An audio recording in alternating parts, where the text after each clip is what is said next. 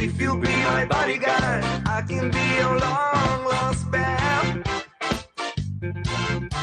Well, I can call you Betty, and Betty you can call me. You can call me Al. Call me Al. This is Call Me Al with Al Iaquinta.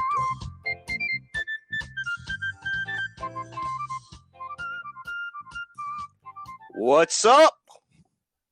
Oh, yeah. We are live. Call Me Al, episode 2 3. is here. The first one, the first one was kind of a test run, but we did have Ariel Helwani on, so I guess we gotta count it, right? All right, episode 3, the Call Me Al podcast. Jack Burks is very excited for the 3.0 version. We're getting better and better. We're live for the first time. We're live and we're on time. Yes, we are. Man. And you are bringing the heat with the guests every week. What kind of week have you had? So you're back from Georgia. I'm back from Georgia. We got back. I don't even know. Was it Monday morning early? Time's different. It's 9 hours.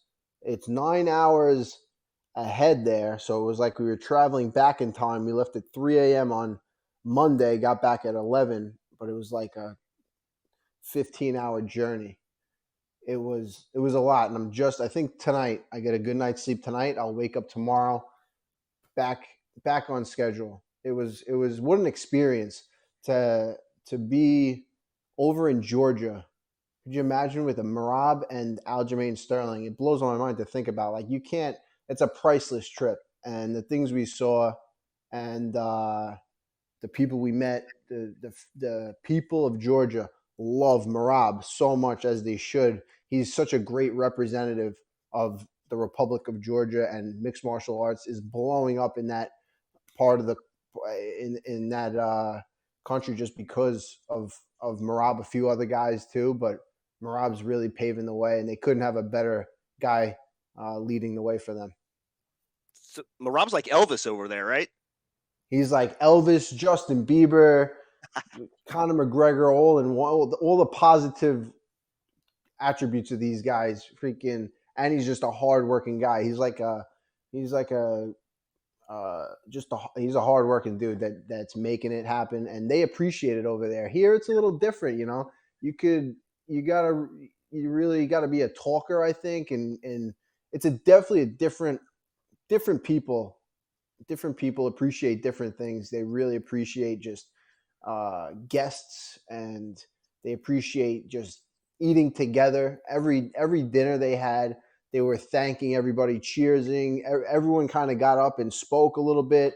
And this was every single day. Even after the workouts, they talk about, the positive things. And it was like an hour of positive talking, and they appreciate the hardworking people like Merab that keep their head down.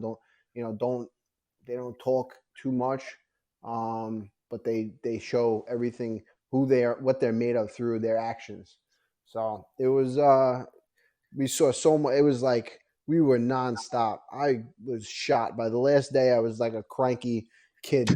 I was like, we were seeing so many cool things too, but it was like the sleep with the schedule, getting over there and adjusting to the time, and just nonstop. Merab had us doing things from morning to night. He wanted us to meet as many people.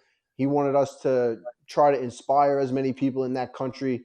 Being there, it lit up everything. So it was incredible. The energy just kept us going through the week. 2-3 hours of sleep every night. Jet lagged, but we were on fire the whole time. Everybody had a good time. We had a great time. I hope the people that we did it, I'm sure they did the seminars for, really enjoyed it, got motivated, and I think everyone's better because I know I am. I really have a huge appreciation for what we have here, and for what the people that I met. They inspired me just to kind of change, be more appreciative of the guests that come to visit and the people around you, because they appreciate everything so much more, I think, than we do in general, Yeah, man, that's awesome, man. I already got comments. Somebody says they miss they missed the Georgian hat, and he says "fuck Stylebender." So, Stylebender. I think I blocked him. Yeah. On something. I wonder if he's gonna call in. Maybe I should unblock him. I don't know. I was a little harsh. But he tempted me. He said, "You won't block me. I'm the star of the show." Oh. So I was like, "All right, if you're gonna say that, I gotta block you." You know what I mean? So Stylebender he's blocked right now, but I don't know. We'll see if he calls in. I might miss him after this show a little bit. We might unblock him. Well, he does have my phone number, unfortunately. So there's that. Oh no! I know, right? And then Larry Silverstein says he hopes you get a fight soon. So we'll see. We'll see. We're working hard. We're getting back in shape. And again, I got a little out of shape in Georgia. Had a couple injuries prior to that, and yeah, we'll see. We'll see. Hopefully soon. I'm looking maybe towards the very end of the year. You got anyone in mind? I always been thinking Tony Ferguson right now is a great fight. I think that he's had a few losses. I've had a few losses. I've been out for a while. It might be a fight that interests him.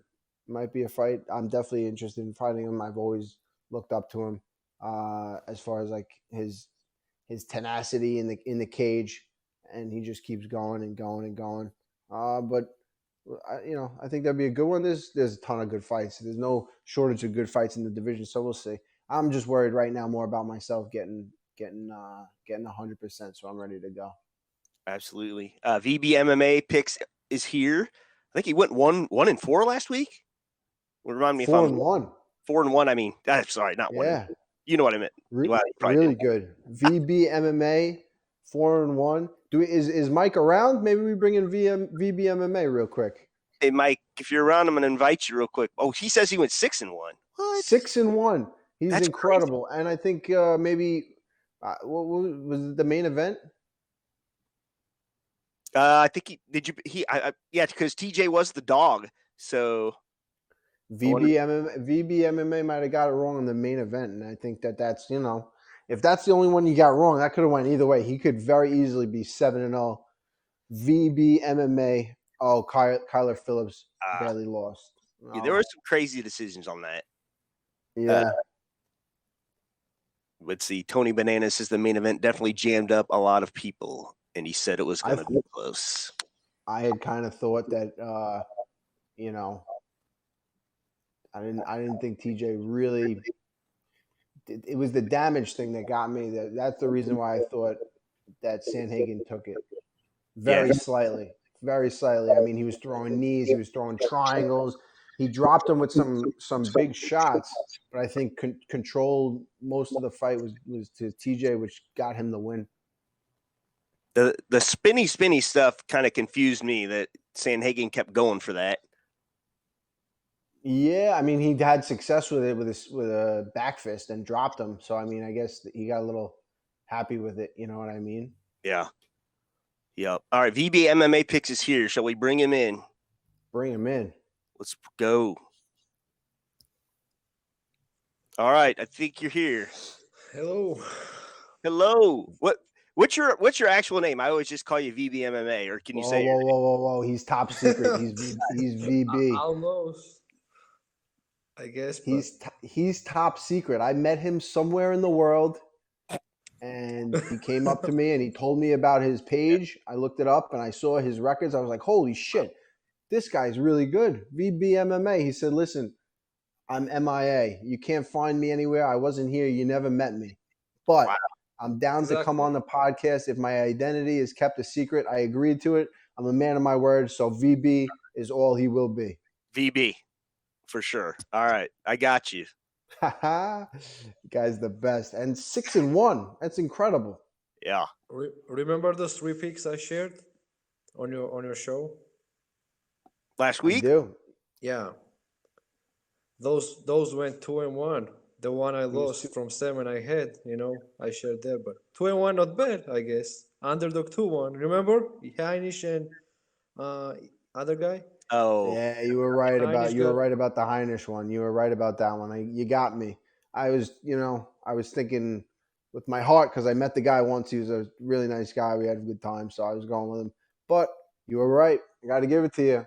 You make the hard. Thanks. You make the hard picks. Yeah, Heinisch, I like him too, but he's too slow for me. Ivan was super fast. That's what I liked. He's very slow. He's pretty strong, but he's slow. Yeah. That's my problem. I bet with emotion, and I really like, Heinisch, and I like his story, and Me too. But, I like money more. So sorry, I got a question for you then. What are you thinking about the main event? The odds are moving a little bit. Uriah Hall's becoming a little bit more and more of an underdog. Yeah, I think Uriah can win, but I'm not betting this main event again. Like last week, I didn't touch it. I was leaning Corey, but I did not bet it. I made a good choice.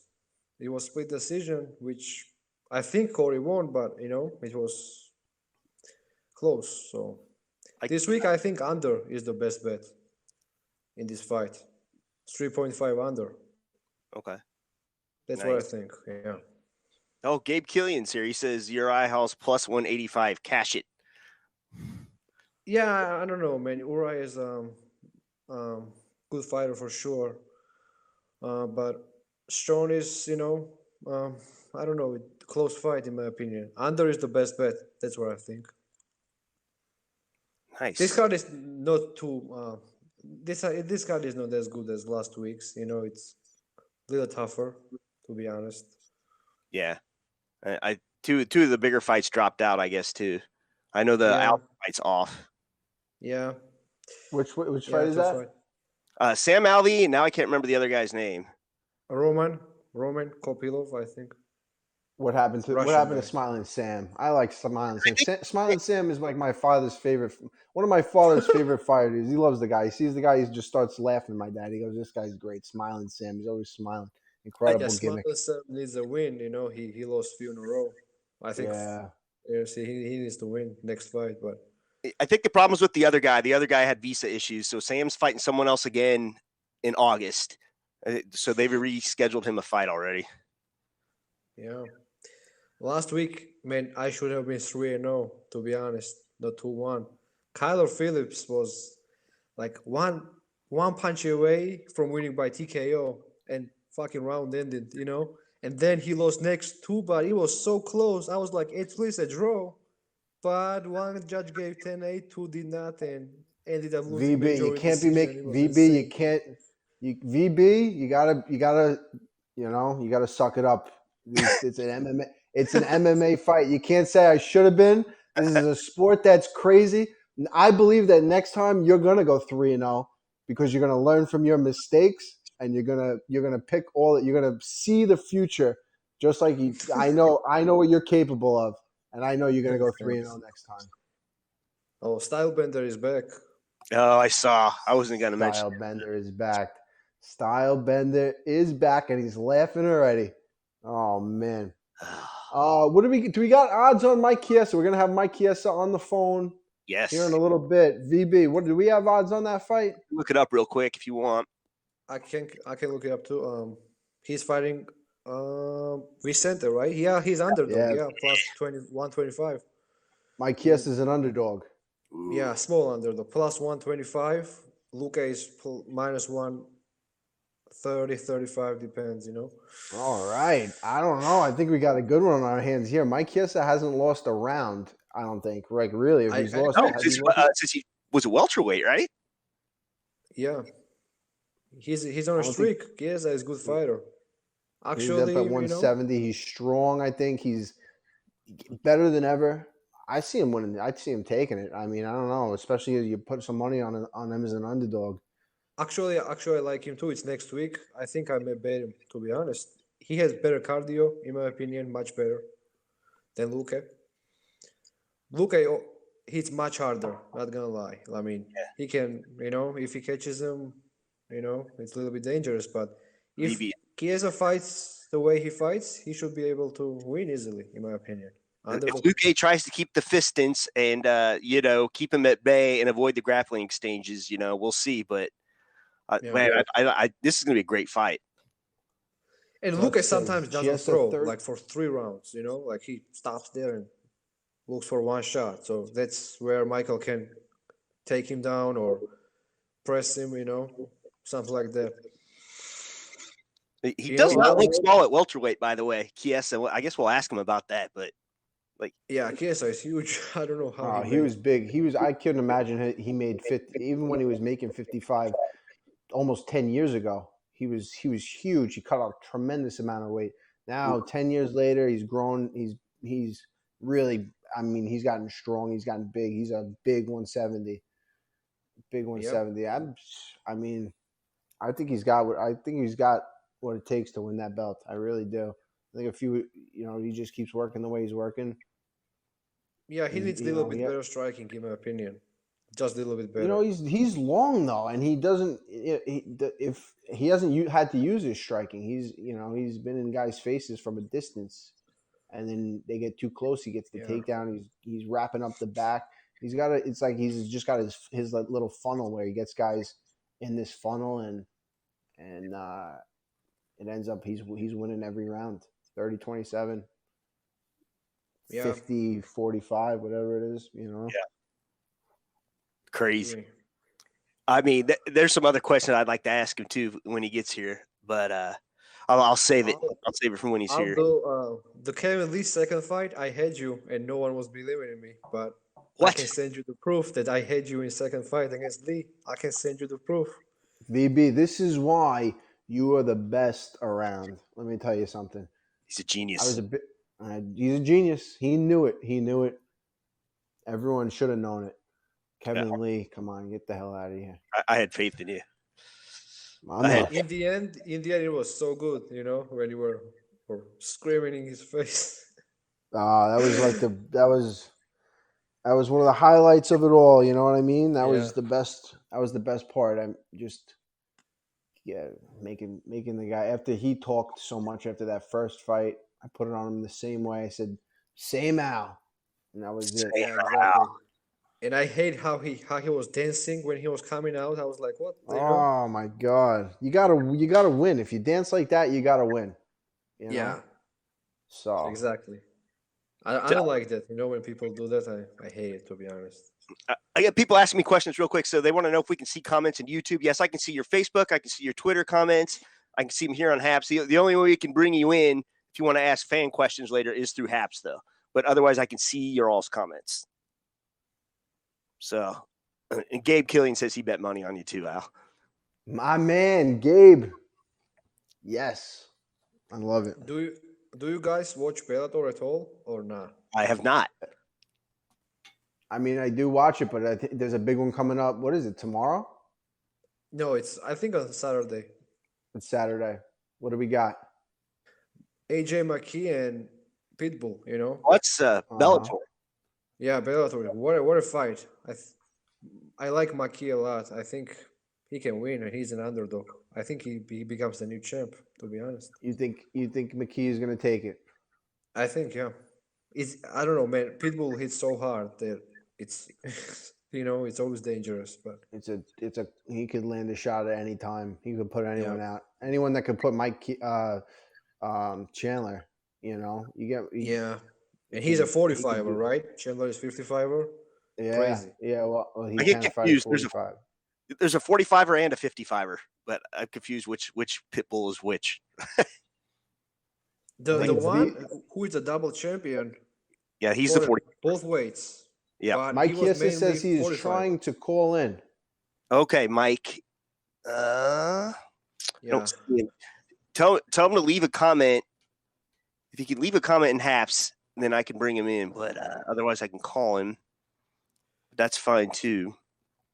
So is AJ your lock of the night then? Are you saying bet the money on him, VB?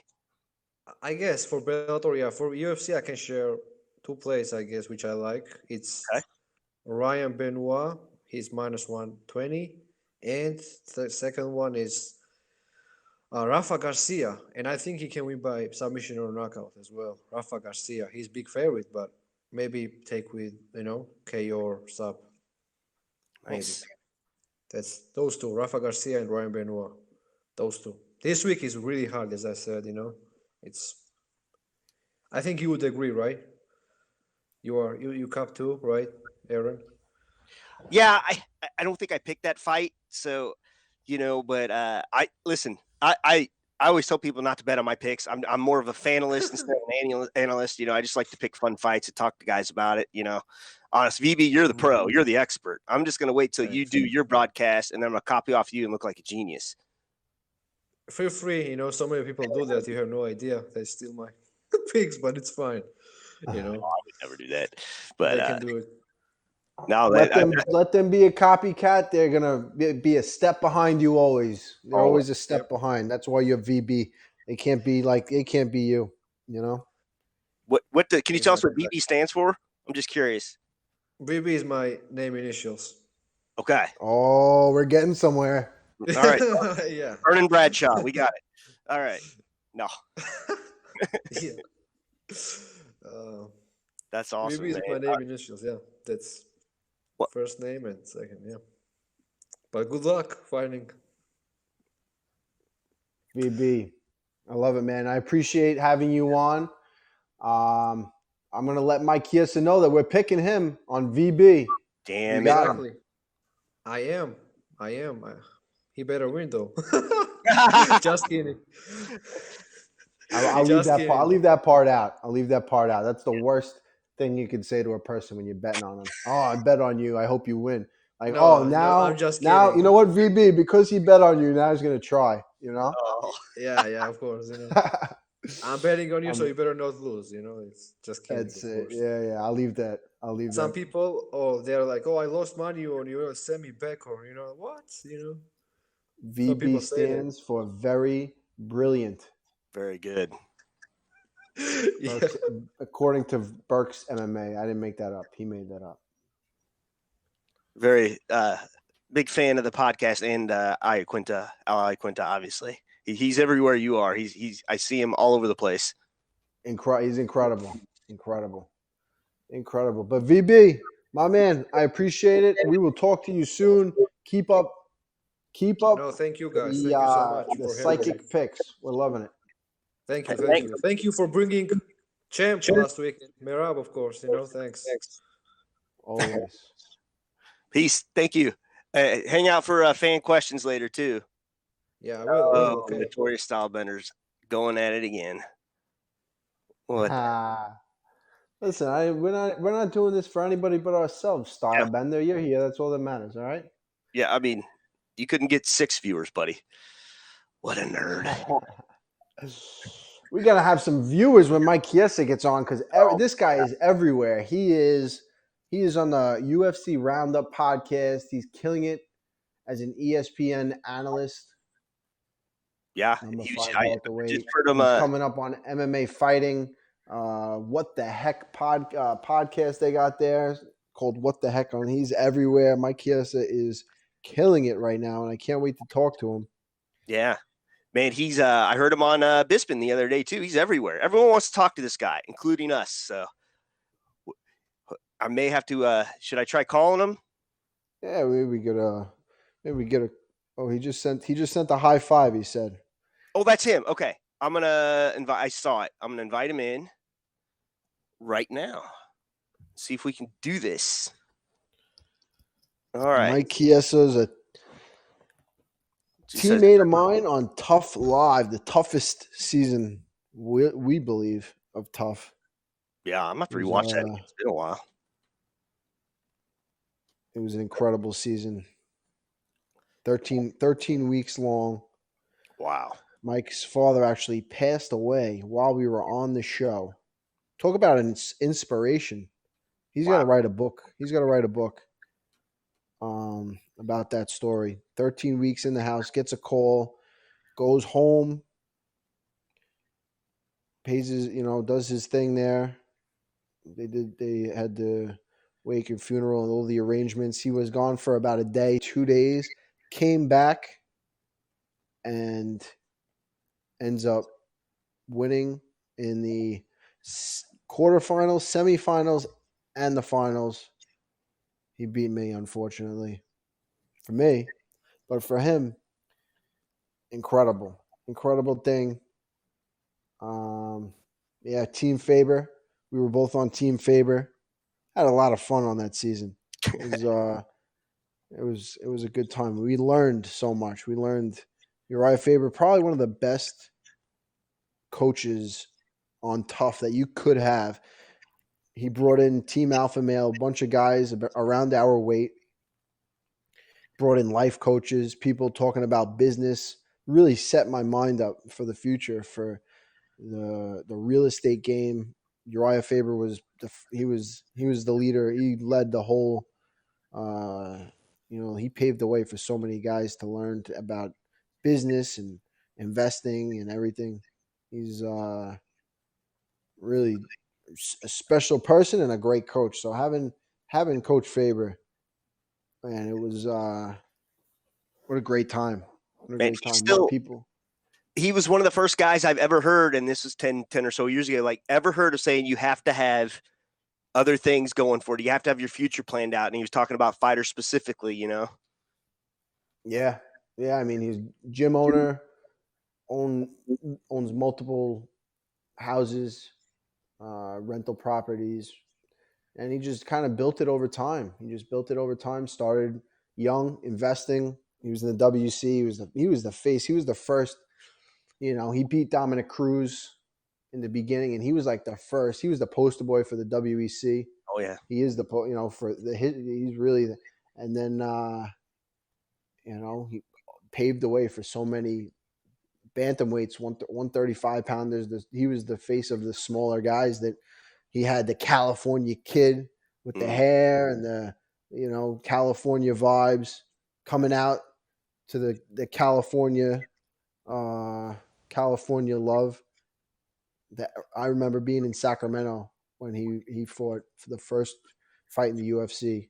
I think it was in Sacramento, and man, did that place go crazy for him. I was like, "Whoa, this is," and I had just gotten off TUF, and I was like, "Wow, what a freaking inspiration that is!" The place went crazy. I left there like I was in Sacramento, going to the gym the next day, amped up. So that was definitely a huge part of my motivation coming up through into the UFC. And I'm sure Mike Chiesa will tell us the same thing. Incredible. Well, How are we looking? Go ahead, buddy. Sorry. How are we looking with Mike? What do we got? I can't see him in here, so I invited him. He was the guy that gave the high five award. So I can certainly try. Let me try one more time and I can call him, I guess. So,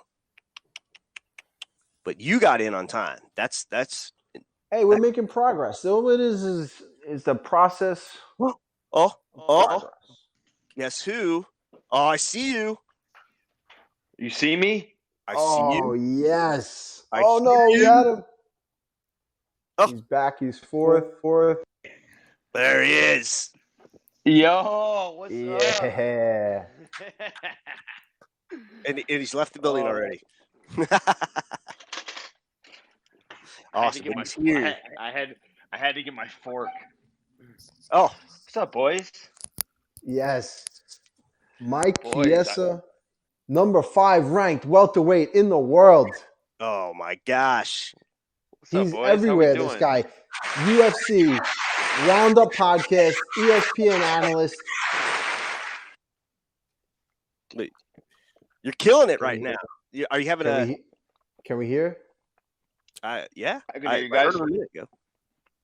I was guys hear flipping through YouTube, and I saw What the Heck with MMA fighting. You're everywhere, Mike. Yeah, man, it's been crazy. I like to think at this point, man, I'm becoming like the busiest guy in combat sports. I'm just all over the place every weekend, even during training camp. But at least it doesn't distract me, So you're training. You're in Vegas now. Yeah. For training Right camp. now, currently, I'm in Las Vegas. Yep. Been here. I actually got some rounds in with Merab one day, and good Lord, that guy is like a freaking cardio machine. He's like throwing jump kicks, flying knees, like everything but the kitchen sink at me. I'm like, whoa, Merab, yo, I thought we were friends. He has one. He has Yeah. one speed. He has one speed and one speed only, and it's go. It is, dude. He's such a humble guy, though. I was listening to what you guys were saying, and he really is like, he's such a. If I was a coach, that's the type of fighter you would want to coach. He's just very humble. He works very hard. He's really nice to everybody. He's a very deserving guy of his spot. He's got a big fight too. He's fighting Marlon Moraes. huge fight for him. I'm really looking forward to it. We were in Georgia, and that guy is like, everyone just flocks to him, and that's the way it should be. It should be that way here too. A guy like that, a guy that doesn't talk and just works hard, puts his head down and just goes. I couldn't have been happier for anybody than him. But yeah, it was what an incredible trip we had. How are you feeling, Mike, leading into this fight? Man, I feel good. It put in a really good training camp out here. I have a good team back home in Washington, but I've just gotten bigger over the years, and I just don't have guys my size back home. And and Julie's, and she's in training camp for Nunes, which unfortunately, we all saw what transpired today with Amanda Nunes getting COVID. But my coach was over in Chicago training with her, and so it was just best for me to come out here to Las Vegas. And how it is out here, Al. Like, the PI is such a great asset to have in terms of like keeping your body healthy. The trainers are phenomenal. And then you pair that with Syndicate MMA, and I got tons of guys my size. I mean, not an easy round in sight.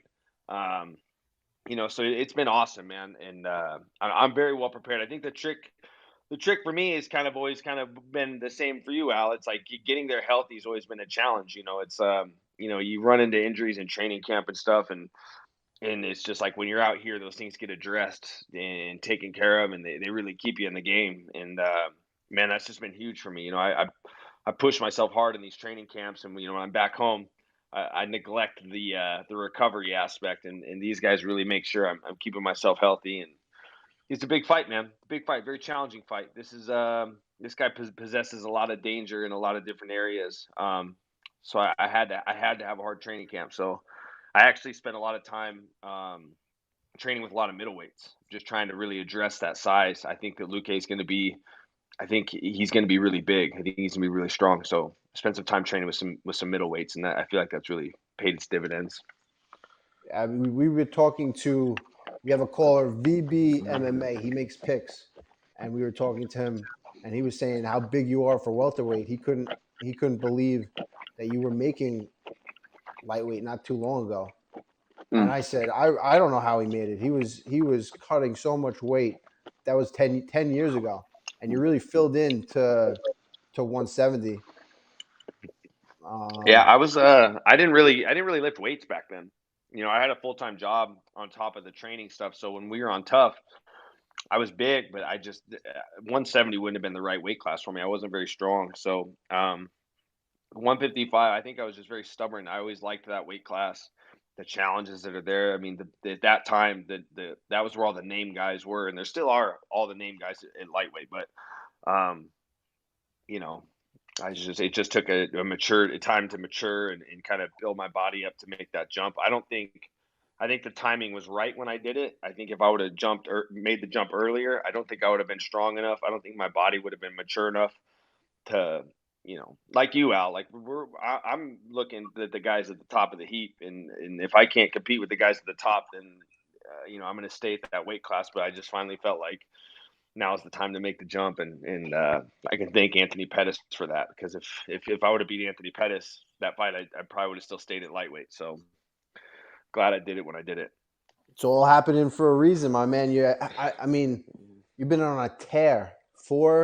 Is it 4 straight? I don't know if you've been dominant every single round of every single fight. Yep, 4 fights at welterweight, 4 wins. And then they gave me, like, I wouldn't say gimmies. Carlos Condit was still tough. He still has some relevance. the Diego Sanchez fight, I feel like they were kind of giving me a soft toss, an opportunity to kind of build my name a little more at welterweight. And I feel like RDA was like the first test. He's a guy that's kind of in between, but I mean, he can compete at 170. He beat Robbie Lawler. He beat Neil Magny. He beat Tarek Safadine. He beat a lot of good big guys. So I feel like that was the fight when I was like, all right, this is the right weight class. This is where I need to be, and it's been good, man. It's been good. It's just crazy to think, like, talking to you, it's like 9 years, dude. I can't believe that was 9 years ago. I mean, that just feels, to me, Ultimate Fighter still feels like it was just yesterday, Isn't it crazy, man? It's crazy how Yeah. far everyone's come since then, but it does. It feels like just yesterday. I was talking about how lucky we were to have Uriah as a coach. And then the crew that we had, it was incredible. Oh, and not only, I mean, look, the a lot of like life lessons we learned, a lot of good sound advice, like good coaches and mentors. And Uriah did a good job being like, hey, like, we want to mentor you guys, but we're all still peers. Like, we're all around the same age. We're all equals. Like, we're just here to kind of guide you through this process. And on top of all the great things that we gained that we've carried on later in life, it was just a lot of fun, man. I'm spitting food everywhere. Sorry, but yeah. What do it was you just got? fun. What are you eating? What do you got? A little pesto pasta, keeping it. There we keeping the go. keeping the carbs going. It's so funny. There's so many things from our season that, like, how did these not make television? There was so many funny moments from that show. I'm like, the fans really missed out on a lot of good stuff, especially on our side of things. Like, the training room was tough, but we always kept it really fun, really lighthearted. So many good memories, man. There's a DVD, and on the DVD, the last DVD is the unedited or behind the scenes footage that never made the season. Have you seen it? I have. And there's the footage. There's the footage of this one sparring session, man.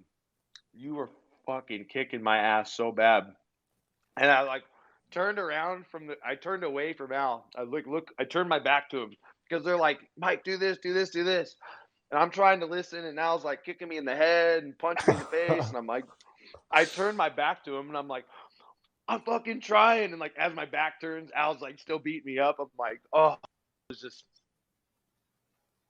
We had some Stuff great on the bonus footage. Great train. And you know what? The one that I really like on that bonus is the day that we started drinking. The first day, I feel like that's when we really became friends that day. Like everybody, but me and you we were videotaping the camera guys. Mike made what was it? You had the camera and I had the boom mic, and we were getting in the camera guys' faces. I'll never forget that, dude. It was our day off. It was after I fought Jeremy Larson. So I think our day off was like a Wednesday. And I just remember we're all hanging out, and I'm like, you kept walking around with a glass of Coke. And I'm like, Al's kind of getting kind of funny. Like, there's something going on here. And so I'm like, what's in your cup? And you're like, come here. And he leads me into the room where all the booze is, and he pulls out this bottle of Bacardi Silver. I'm like, fuck yeah, let's go. And time went on, man. And I'll never forget, we ended up both getting fined. But so we're like taunting the camera guys. And there's this one fucking guy, and you know a guy I'm going to start talking about. It's that asshole with the fucking boom mic. So rewind. This one day, we're having like arts and crafts day in Al's room, and we're all like, got all this paper, we're bored, we're like making shit in the room, and like this boom mic guy, someone's like, hey, watch out. Like, we had stuff laid out on the ground. We're like, hey, watch where you're stepping. We're like making stuff. And the guy, whoever said it to him, he just like looked at that person and then just like intentionally stepped on our stuff, and we're like, you fucking asshole. Like, and so that's what started the whole thing that day. We're like, we're gonna get these motherfuckers. They've been in our face for like a month straight. Let's fucking time to fucking retaliate. We got in their faces with a makeshift boom mic we made out of a pool stick, and we put a sock on the end or something on the end, tape, and we made a boom mic. And then Mike, I think, was with the camera. He had a shoebox. He made a camera out of a shoebox, and we were just in the camera guys' faces. They're trying to film us, but we're filming them, and they're telling us, no, you guys can't do this. You can't do this. You got to act like we're not here. Eventually, one of the higher ups came down, and she came screaming and yelling, "You guys can't do this! You signed the thing that said we're gonna fine you now," and they fined us like $200 per thing. I think I got fined a couple times that day. I jumped in the pool with the mic on. Mike got fined a couple times that day. We want our money back. That was big back then. That was big money. A couple $100. Jesus. Well, Al, so we those necklaces we wear were our microphone, and so Al's like, yeah, fine, I'll stop, and he like jumps. They can tell he's about to jump back in the pool. They're like, don't do it. And he jumps back in the pool, and I guess that when whoever the guy is with the headphones on, that fucking cocksucker, whoever he is, when Al hit the water, it just like blew up in his ears. And then I remember, I like after that happened, I go back in the booze room and there's this like huge bottle of champagne. I'm like, let's fucking crack this bottle of champagne. We're like, yeah. So I start unraveling the thing, and this is after Jamie came down and chewed us out. So there's a cool producer named Gary DeFranco who's like, that's a real paisan. He's a solid guy, and he's like the voice of reason. So like we're unraveling this bottle of champagne, and Gary comes down and he's like, yo, hey guys, like, you really need to open that champagne right now. Why don't you guys cool it? I'm like, yeah, you're right, Gary. And I had already taken the foil off the champagne bottle, and I set it down on the counter hard. And when I set it down, the fucking cork shot out of the bottle, hit the ceiling, hit the wall, and fucking hit him in the neck. I was like, oh, God. There's another fine. It was wild. We had such a wild time. I still give Joyce shit. Remember the rat? There was a rat. Remember the rat? We had a God. So there's this fucking rat, dude. This thing is like a monster, and we're like, we made these like spear guns. Like we're fucking, dude. We're about to like rebel against the production team and like bust out of this joint. And so we're like, let's fucking hunt this rat. And Joyce comes down. She's like, you guys can't fucking do that. And Al, I remember you were like, we have nothing else to fucking do. Like, you just were like, give us something to do. Like, you guys don't let us do shit. And so you like convinced her, like, well, we're just going to catch it. And she's like, fine, you can just catch the rat. And she goes back in her room. And when she walked away, you were like, fuck that. When I see that rat, I'm going to kill that motherfucker. And she comes running down. She comes running down and she's crying, don't kill the rat. That was the best. We would talk to each other, but we'd be like, yeah, let's kill that rat. We'd take the mic and we'd put it right. So we knew that they'd hear us. We'd be like, yeah, let's kill that rat. And yeah, you said we weren't going to talk about killing it anymore. Incredible. Right. Mike, I did my first commentating gig for the Ring of Combat. I'm looking up to you, man. What kind of advice do you have? What have you been doing? How do you get ready? Because I watch you, and it's like you've been doing it for years. You're just kind of getting started. How long have you been doing it, and what have you been doing to get? Give me some advice, man. So like, I'll do commentary for LFA, and then I do the analyst work for ESPN. And truth be told, like doing like cage side commentary is like so much easier because it's just live. It's like you're just kind of reacting. And like, you know, us being the fighters, when we're in that position, it's like people just want to know what the X's and O's are. Like, what's this guy doing? What's this, you know, is he passing? What's the submission? Like things like that. The analyst work is like a little trickier, I feel like, because it's like you're kind of like, you have to come up with something premeditated, and you have like 30 seconds to talk about a fighter. And it's like, that's really hard when you're like, you do all this studying and you come up with all these things you want to say, and you got to break it down to like one thing. And I think that that's the best piece of advice I can give is like, when you study a guy, you have like a laundry list of things you want to say. I think it's always best to pick like one thing and just like harp on that one thing. If there's like one thing this guy does good, or just something in his style you see, you just like take that one thing and you just kind of like basically like put some layers on it. I've had a lot of good advice from like, you know, John Anik's been huge, dude. And you know, that's our boy. You know, John Anik was cutting his teeth in this profession at the same time we were trying to get in the UFC. So he's always been like a great source of advice. And yeah, I've always said I would love to work the desk with you. I don't know why they haven't made it happen yet. You know, you have good insight. And I think it takes a guy. I feel like when you're well trained in the sport, I think that's when it's easier to make that transition into like commentary and desk work, is because you understand techniques, you're proficient at certain things, and you can acknowledge things from a visual standpoint. So it definitely took some time, dude. Like it's hard. Those first few shows, as you know, it's a little overwhelming. You got the headset on, you got guys talking in your ear, and it's just like it takes reps to get comfortable. Yeah, you're on. It's like a fight, you know. You could tell you're well prepared. You're a natural at it. You got a natural skill for it, but then you're also, you know, every time you get better and you know, you shine under the lights. So it's inspiring. You're an inspiration to me and everybody, because you're all over the place, and that's what it takes. And I see that, and it's good. So really inspired for me. You know? Hey, it goes both ways, dude. Like I see what you're doing, like outside the sport, like setting yourself up, and it's something I remember. I'll never forget this, talking to you at Madison Square Garden about like the real estate thing, and talking with you. My fiance was there, and our conversation inspired her. Like from our conversation, what we talked about, she was just right there for the whole thing. She's now in the real estate game, and that's where she walked away from the family business, which was really comfortable for her, and is pursuing real estate. And a lot of that was that catalyst, that conversation you had. So it goes both ways, dude. We've always kind of, the 3 months we spent together, we've built a special friendship. And I think that, you know, for me, I've always drawn inspiration from you in a lot of different things. And it's cool to hear you say that it's reciprocated and it goes both ways. Absolutely. Yeah. Absolutely, man. Good stuff. We got some callers calling in pretty soon, I think. But I did want to get your opinion real quick. I know you talked about it a bunch on all these different platforms, but real quick, your opinion on, now just recently Conor made that last comment on I know you had some history. You were on the bus. You were supposed to fight. He throws the dolly through the bus. Your eye gets cut.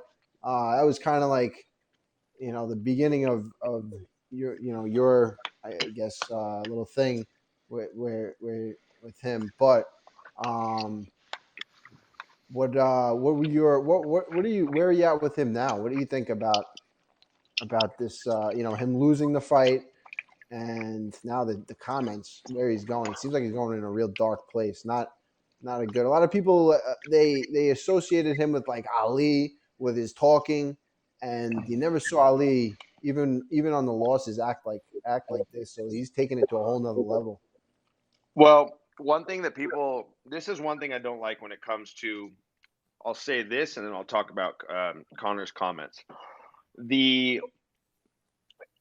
Nobody should be compared to Muhammad Ali. There is only one Muhammad Ali, and this guy was more than a fighter. I mean, this guy was a humanitarian, and I don't even like when people try to replicate. You know, everybody wants to redo the pool picture where he's underwater and he's doing this stuff. Like, nobody should try to walk in Ali's footsteps, and nobody should ever be compared to Muhammad Ali, because there's only one Muhammad Ali, and this guy was such a humanitarian. He was more than a fighter.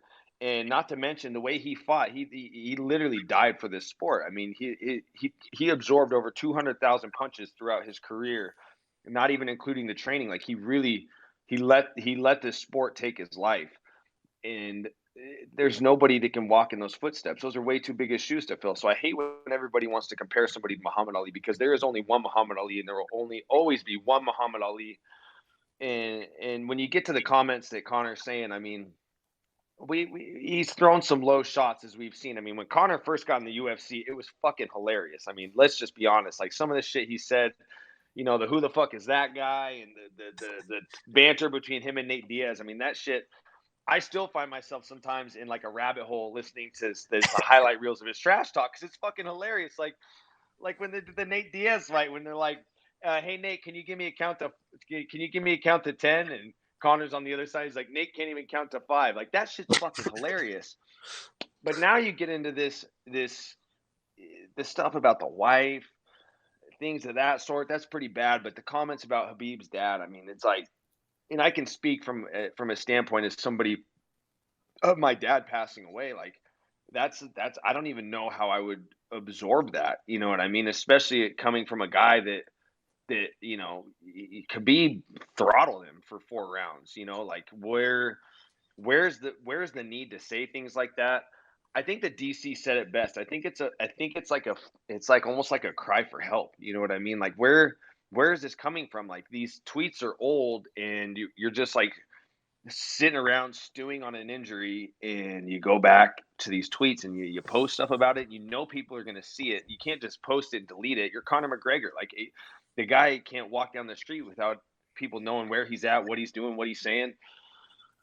It's just unfortunate, man, especially like from a standpoint when, like, you know, this guy's a role model. Like there's so many people that look up to him. He really does have an army of fans behind him, and a lot of them are like aspiring young people, and that's not the norm you want to set. Like you're setting a precedent where now, like, is this what these up and coming guys are going to do as they come up in the sport? These guys that want to be the next Conor McGregor. What about the guys that want to be the next Conor McGregor and they get to the big show? Is this going to be the precedent he sets where these guys are trying to walk in his footsteps? Are they going to do the same thing as him? That's just unfortunate. I think it's a black eye on the sport. You know, it's a big black eye, you know, and I think it's just really unfortunate, man. I don't think anybody should be saying that about anybody's family, especially somebody's father who's passed away. May you rest in peace. You said, absolutely, rest in peace.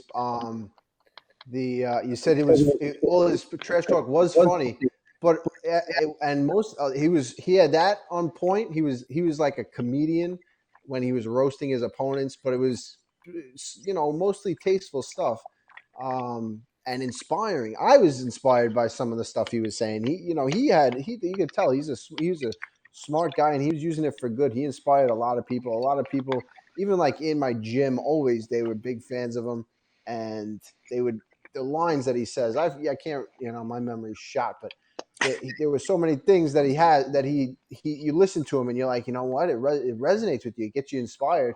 And then the comedic stuff was on point. That together with him winning was the biggest thing, was that he was winning. Now he's losing and he's not inspirational. He's the opposite. It's like if you're winning and you're talking crap, you're like the Notorious. That's one thing.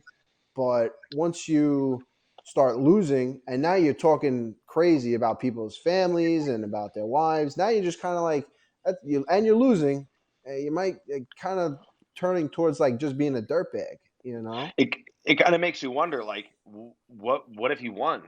He wouldn't be saying any of this. Then this would be non-existent, So that's what's unfortunate. I think one of the toughest things about this sport is Chael said it best. In order to win, you got to know how to lose. You got to know how to lose graciously, and he's just not absorbing the loss well. And he's a fierce competitor. That's why he's achieved the things he has in the sport. But this is not the way you want to lose.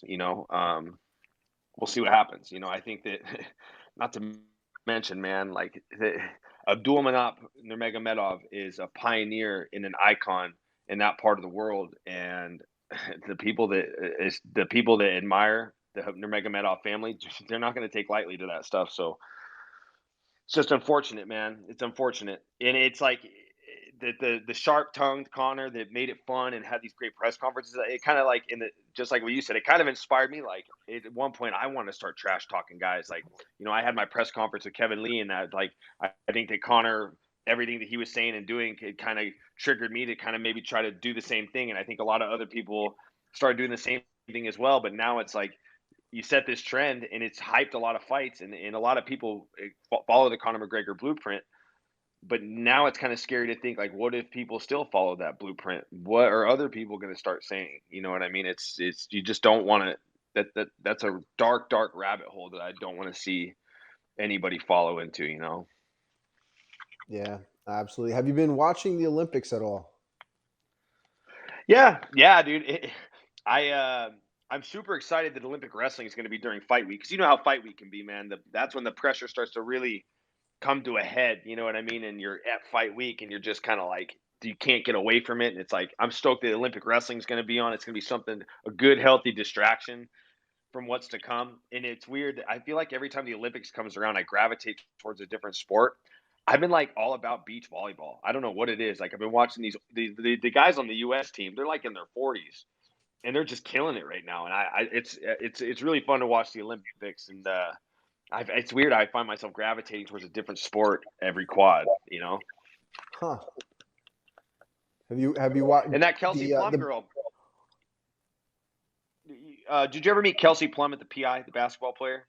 I did. I ran into She, her a couple times. Seems like a sweetheart. I know they won gold, correct? yeah, in the 3-on-3, it's like holy shit, we were just brushing shoulders with an Olympic gold medalist. That's pretty cool, you know. Good on her, you know. Especially she's coming off a torn Achilles, which is like one of the most devastating injuries an athlete can have, and like a little over a year, she bounces back and led her team to a gold medal. Some good shit. That's you talk about inspiration. That's it right there. The Olympics is all about inspiring performances like that. You got an injury like that, you make a comeback.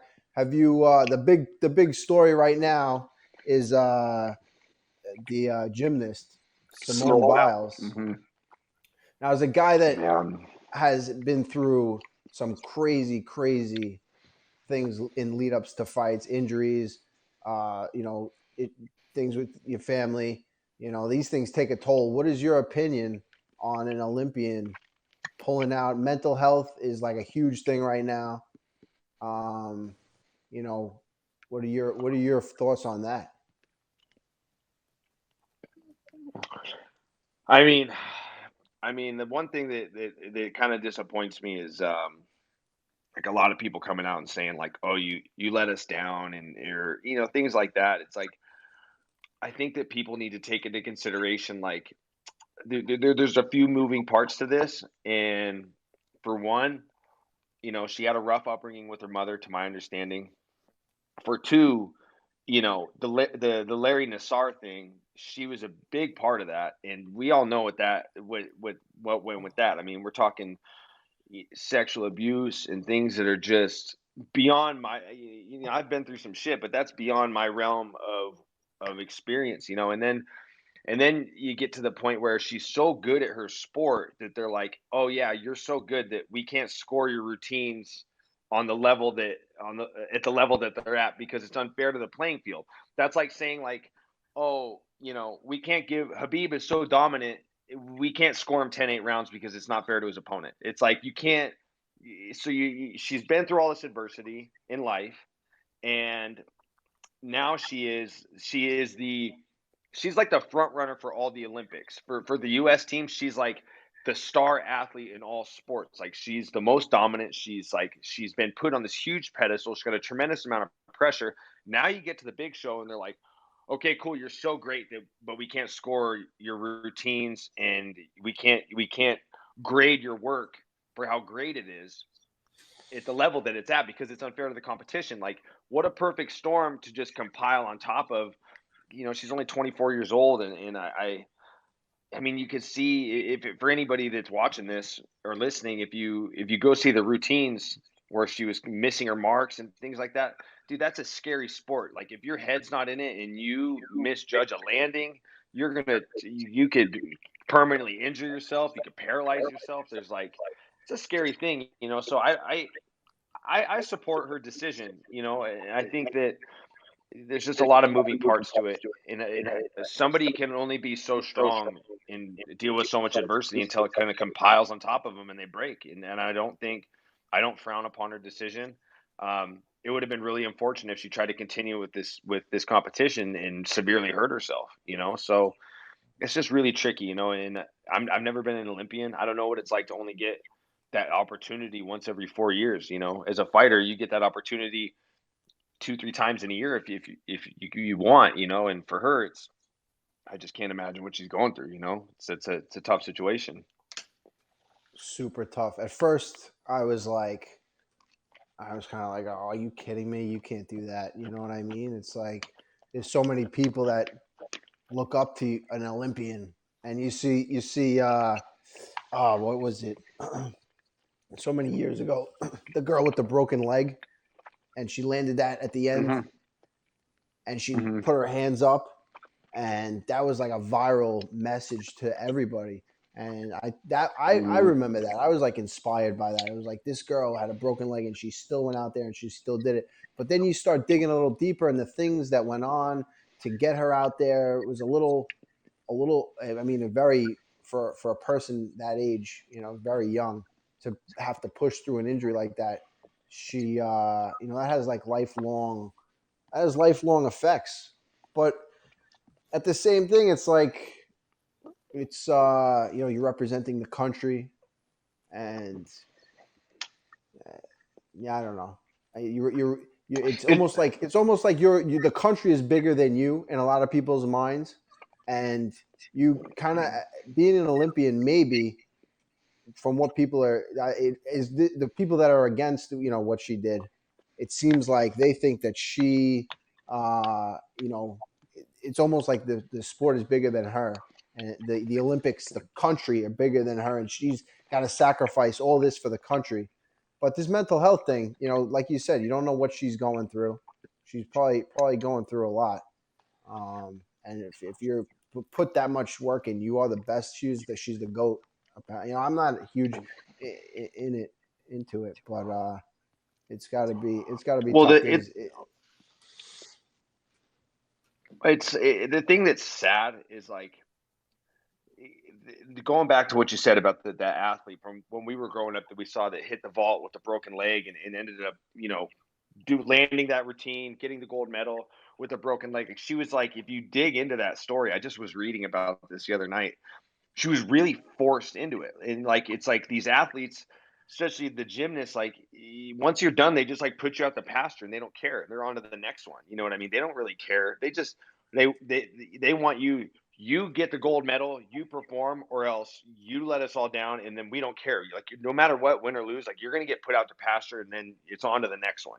So it's kind of a dark rabbit hole to go into when you kind of look into how some of these things are, especially gymnastics. It's very it's a dark rabbit hole to go in, and I wish I knew what story that was that I read, but it was definitely wow, it was so inspirational, just like you said, seeing that as a kid, it was oh my God, that was one of the greatest things I've seen at the Olympics. And then as an adult now, after the Simone Biles thing, you kind of start peeling the layers back on this stuff, and it's kind of a dark place to be if you're going to underperform to these coaches. You're just put out the pasture. They just don't give a shit about you, and I hope that's not the case for Simone Biles.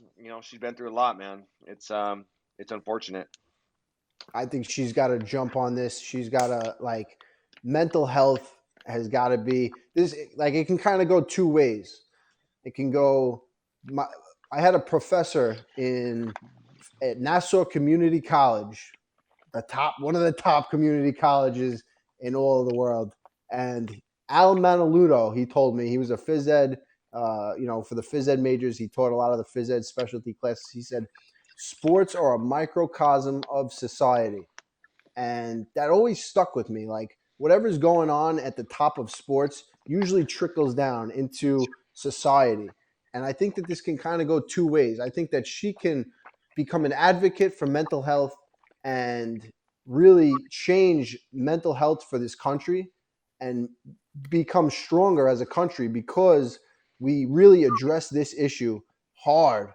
Or it can kind of go where she kind of just disappears and she was the girl that was up there but kind of quit, and all these people are going to look at her and kind of say, oh, if a girl at the top of the Olympics, if she can quit, I can just sit on the couch today and kind of quit when things get a little I stubbed my toe, I'm injured, my mental health isn't good. You can use it as an excuse, but if she really becomes a poster child for this and pushes for everybody to really address mental health, I think it can be a huge positive for athletes, especially athletes, and the country as a whole. Yeah, 100%. Especially when you look, if she can jump out front of this thing and be an advocate for mental health. I mean, you pair that with the stuff she's been through. I mean, that Larry Nassar case was disgusting. I mean, she was amongst the gymnasts that were sexually assaulted by this guy that was their trainer or physician or whatever the hell he was. And I think that if she can jump out front when the time is right, sooner is better. You know what I mean? You know how it's the sooner you can get on top of something and get out there and explain yourself, the more it'll always have relevance, but it'll penetrate the public better. but she's got to tell. People need to know why, and if she can tell the people why and give an explanation, and it's not like she doesn't owe us anything. She doesn't owe anybody an explanation. But if she wants to be this advocate for mental health and give us the insight that led to her decision, I think that it could be very enlightening for a lot of people that are going through the same struggles that she is. It's just crazy to think like somebody that's as good as she is at her sport. She is the, before everything that happened, she was the most dominant Olympian that we had on our whole U.S. team across any sport.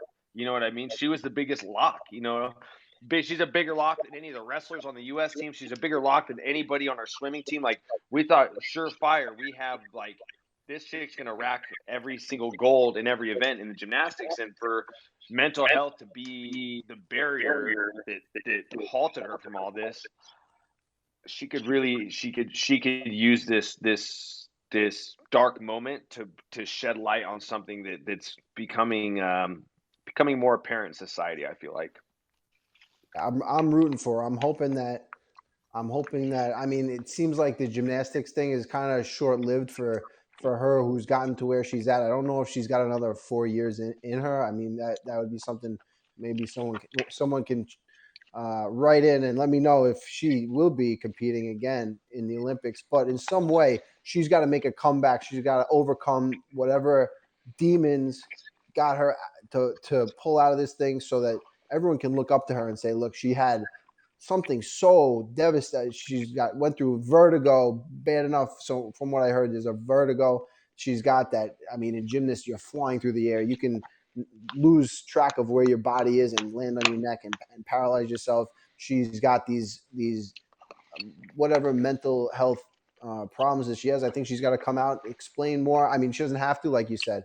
She doesn't have to, but I think it would be an inspiration to everybody if she made a comeback in some way and showed everybody that, look, I went through this. I didn't just run and disappear and quit. I addressed the issue. I came back and, look, this is what you got to do to overcome something like that. Show us how it's done, because I think everyone goes through tough times. Maybe not as tough as she's going through right now and is on such a big stage, but it's definitely something that will inspire a lot of people.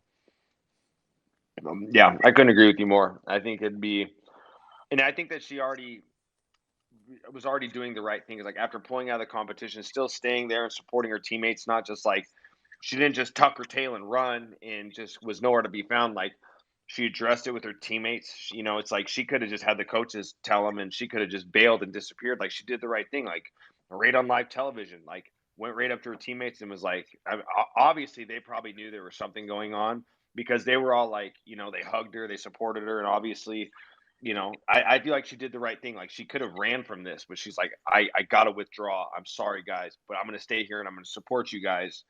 Like, it's good that she's like, I think that that's a first step in the right direction. And yeah, she doesn't owe anybody any explanation, but I think that she still is in a position to aspire particularly young people, where, I mean, we're going into this dark rabbit hole, but I mean, mental health amongst the youth is a big deal now.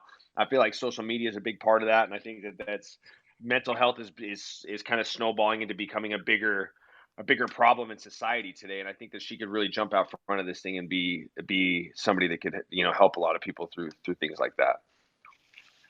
I agree. We have look at us, look at us, all philosophical, like, let's talk some fights. Let's talk mental health. Let's talk about the youth. I see people on your commenting, Al for mayor in Long Island. You have my vote. Like, sounding like a true politician. I love it.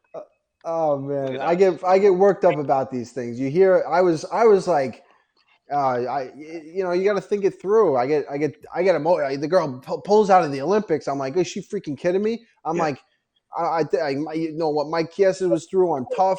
I mean, what we went through, injuries and everything. I'm like, is this girl freaking kidding me? She's in the Olympics. And then you look into it a little deeper and you're like, look, she's got a huge opportunity to really advocate for mental health. We've gone into fights where I'm sure we're not, cutting weight, injuries. It could definitely take a toll. So maybe there's something even more for fighters, for everybody, athletes and just the people, you know what I mean? And And yes, Mike is eating pasta, ladies and gentlemen. Angry Shih Always. Tzu is asking, what is he eating? I got Pesto two pasta. paisan. He's got the pasta. Come on. Would you have been able to eat that if you were cutting down to 155?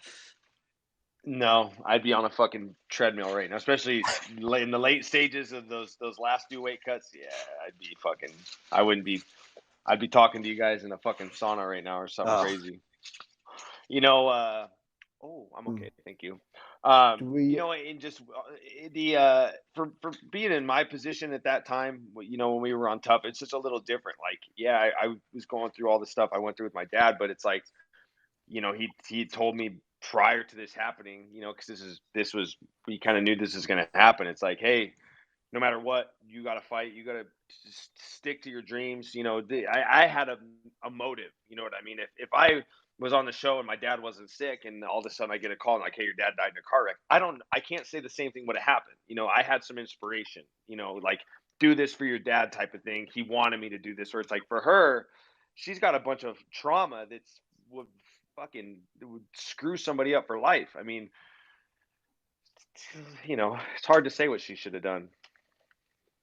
Absolutely. Well, I mean, let's hope it's something good. Let's hope something good comes out of this. The USA always crushing it. So I think do we have some callers from Mike? So one guy wanted to be let in here. So before we get to the audience, I have a question for you. So there's one guy lurking around at 170 that both you guys know. So would getting that Kevin Lee fight back be something you'd want to do, maybe? Not really. It doesn't really interest me as much. You know, it's like, I don't know, like, our career trajectories are very different right now. I don't know. It's hard to say. It doesn't keep me up at night. I can tell you that much. It's like, yeah, I see him around the PI and stuff. Like, I mean, I'm not a huge fan of the guy. I don't hate the guy. He's a dork, but, you know, it's like, I don't know. It's tough to say. I don't dwell on it anymore. Like, maybe, I don't know, if we were like kind of neck and neck and kind of like jockeying for position, like we were back when we were all at lightweight, like, yeah, maybe, but it's, I don't know. We'll see. You know, he's got a fucking tough fight ahead of him, dude. He's fucking fighting Sean Brady. And you want to talk about a guy, I mean, there's some fucking killers coming up through the ranks at 170. Sean Brady, Hamza Chimaev, guys like that. That doesn't keep me up at night. You know, I don't know.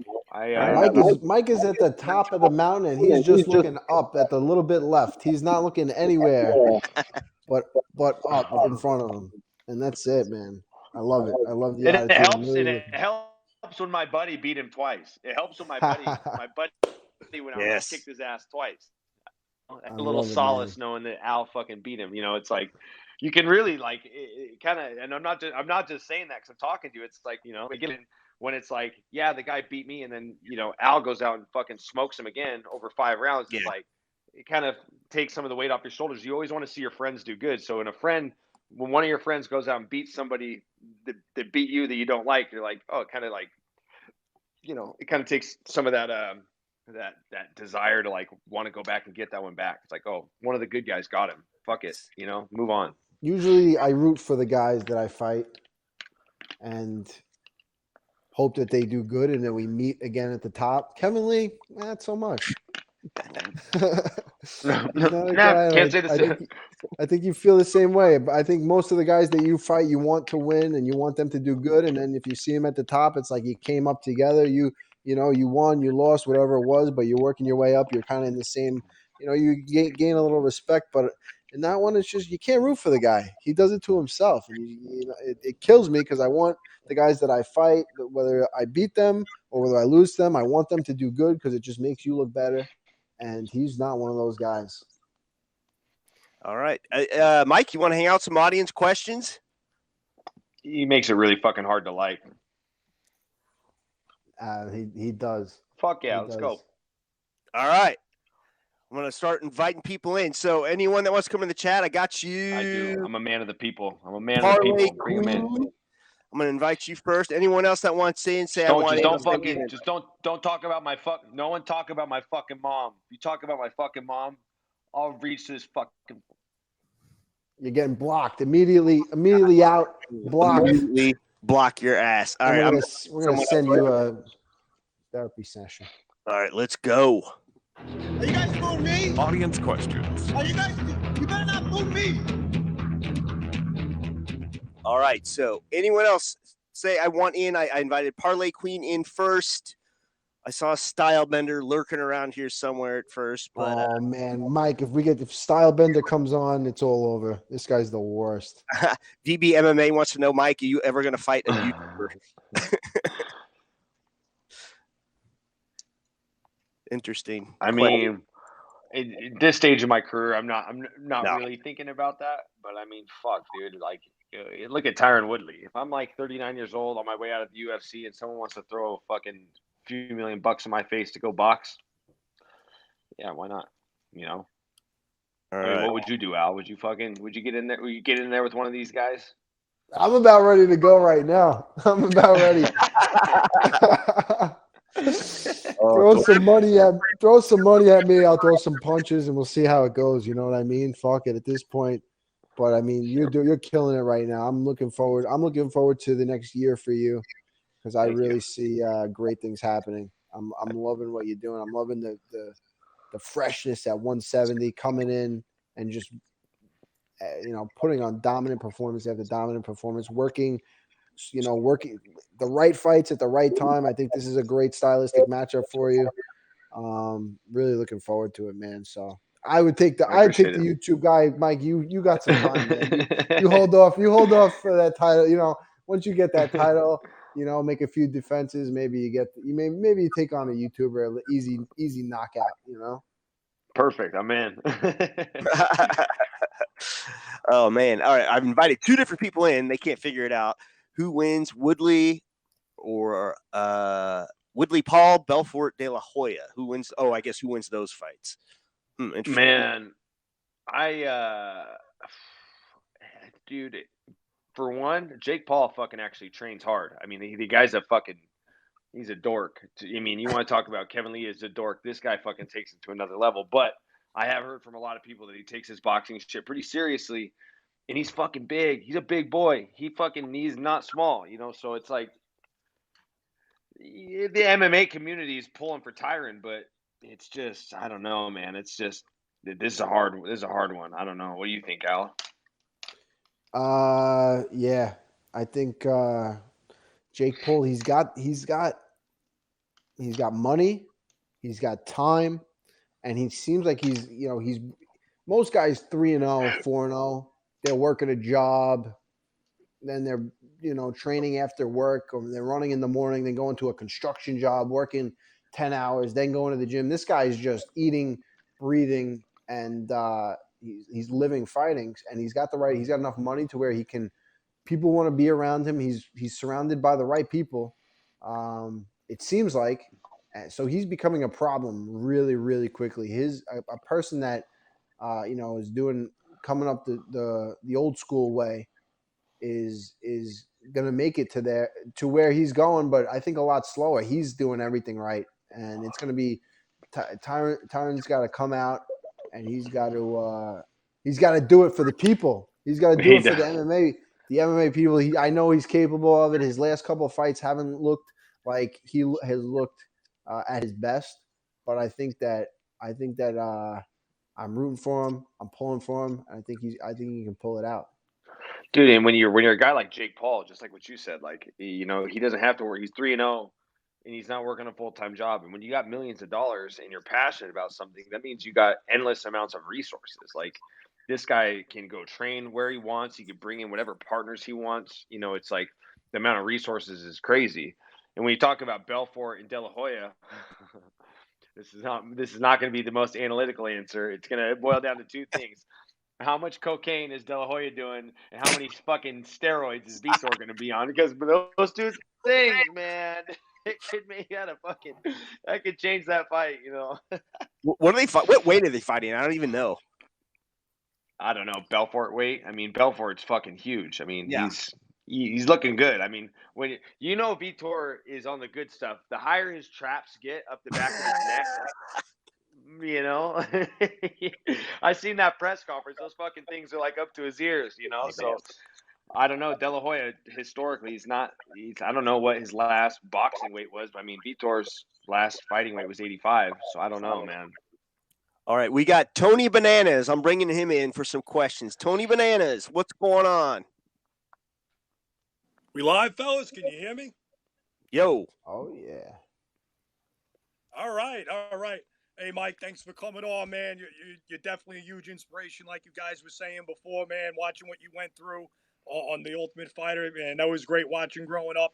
I got to say, though, I got one question for you. Oh, let's see if it goes through. For the part where, yeah, you hear me? Yeah, I got one question for Mike. So now, all right, just making sure. Yeah, my end's weird right now. I'm on my phone.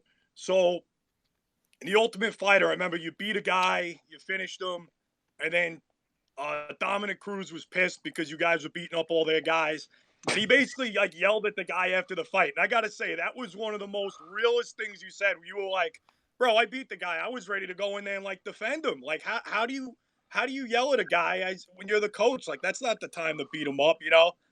And I don't know, that was some real stuff. So like, if you guys ever had like an experience like that, or if you could just walk us through like what happened there. Well, Dominick was he's really competitive, and it's almost like he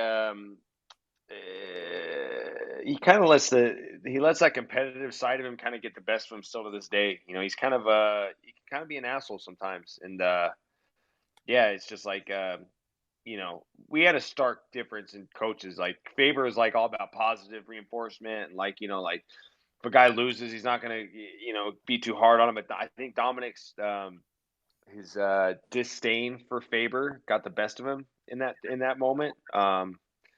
Yeah, Dominick can be an asshole sometimes. I have to work with the guy once in a while, and he's an interesting guy.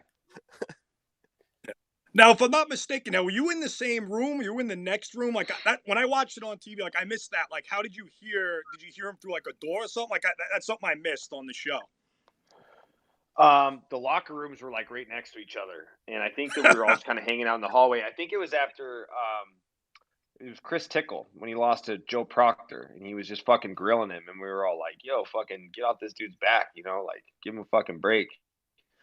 You know, it's Dominick's just a fucking he lets his competitive side of him get the best of him, you know, and that is in life as well, not just fighting. Like he gets in you should go look up you could go on YouTube and look up a highlight reel of him and Bisping bantering each other in the broadcast. Yeah, it's fucking Dominick can be a little fucking prick sometimes.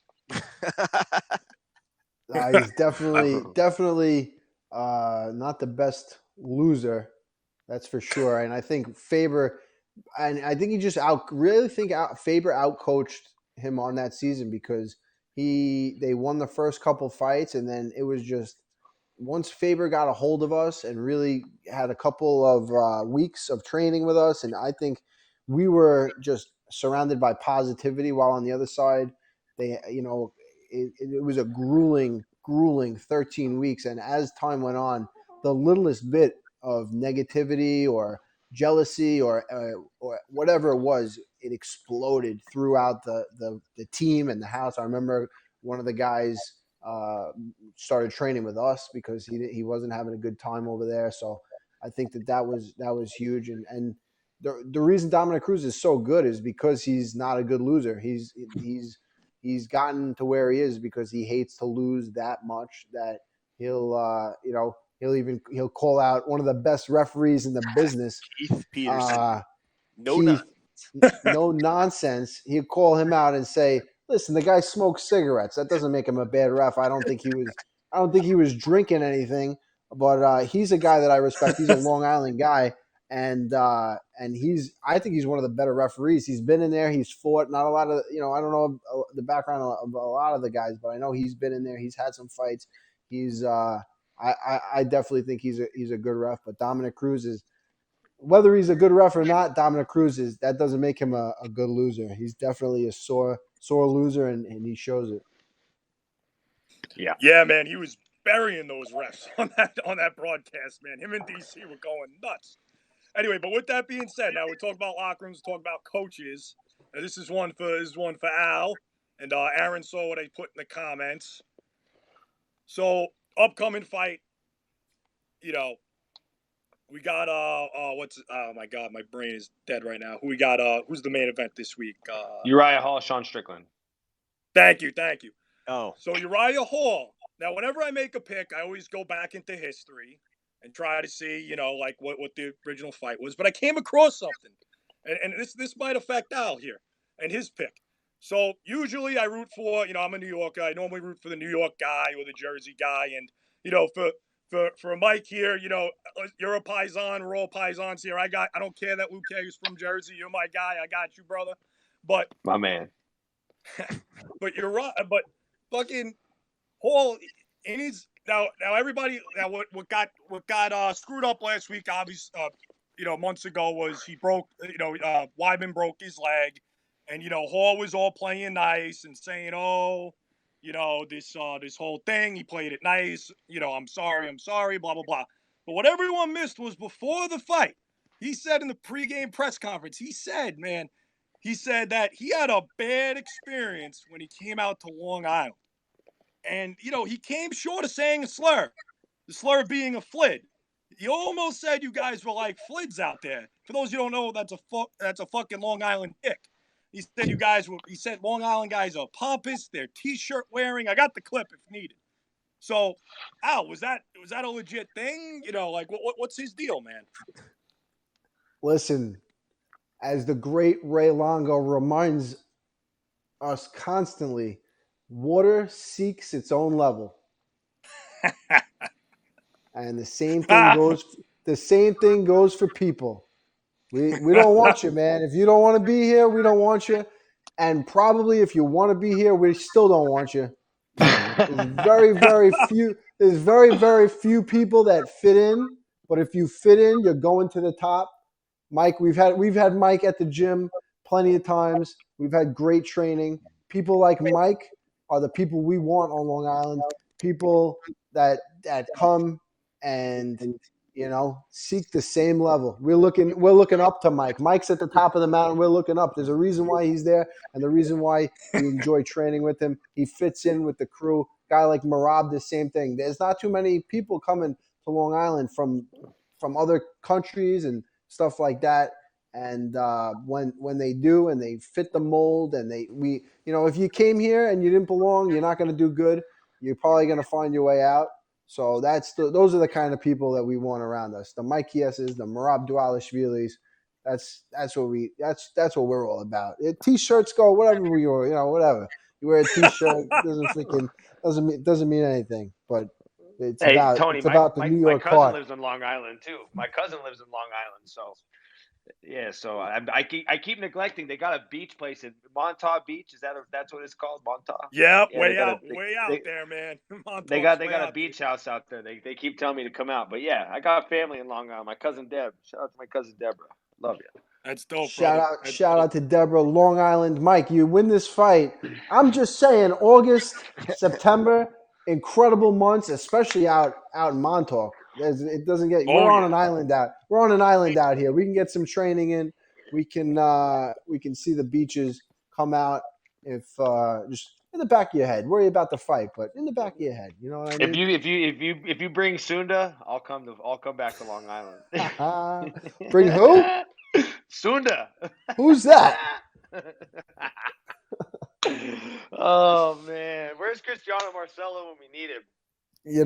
Oh man, we got to have a reunion. We got to really have a reunion. A 10-year reunion. Have Aaron do it on the podcast. Well, right here.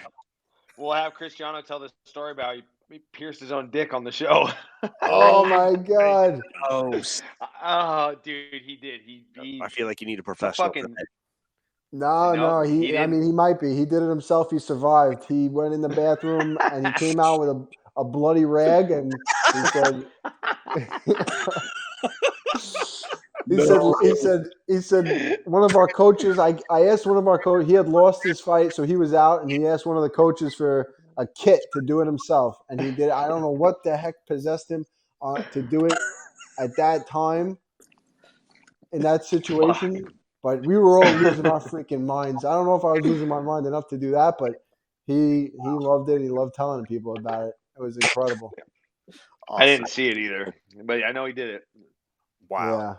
We got to give a shout out real quick. Somebody from London says they're going to bed. It is Lee66 on YouTube's got to go to work in 4 hours, but please give me a shout out. Well, thank you for watching in London. That's awesome. All the way from London. Have a good night's sleep. Yeah.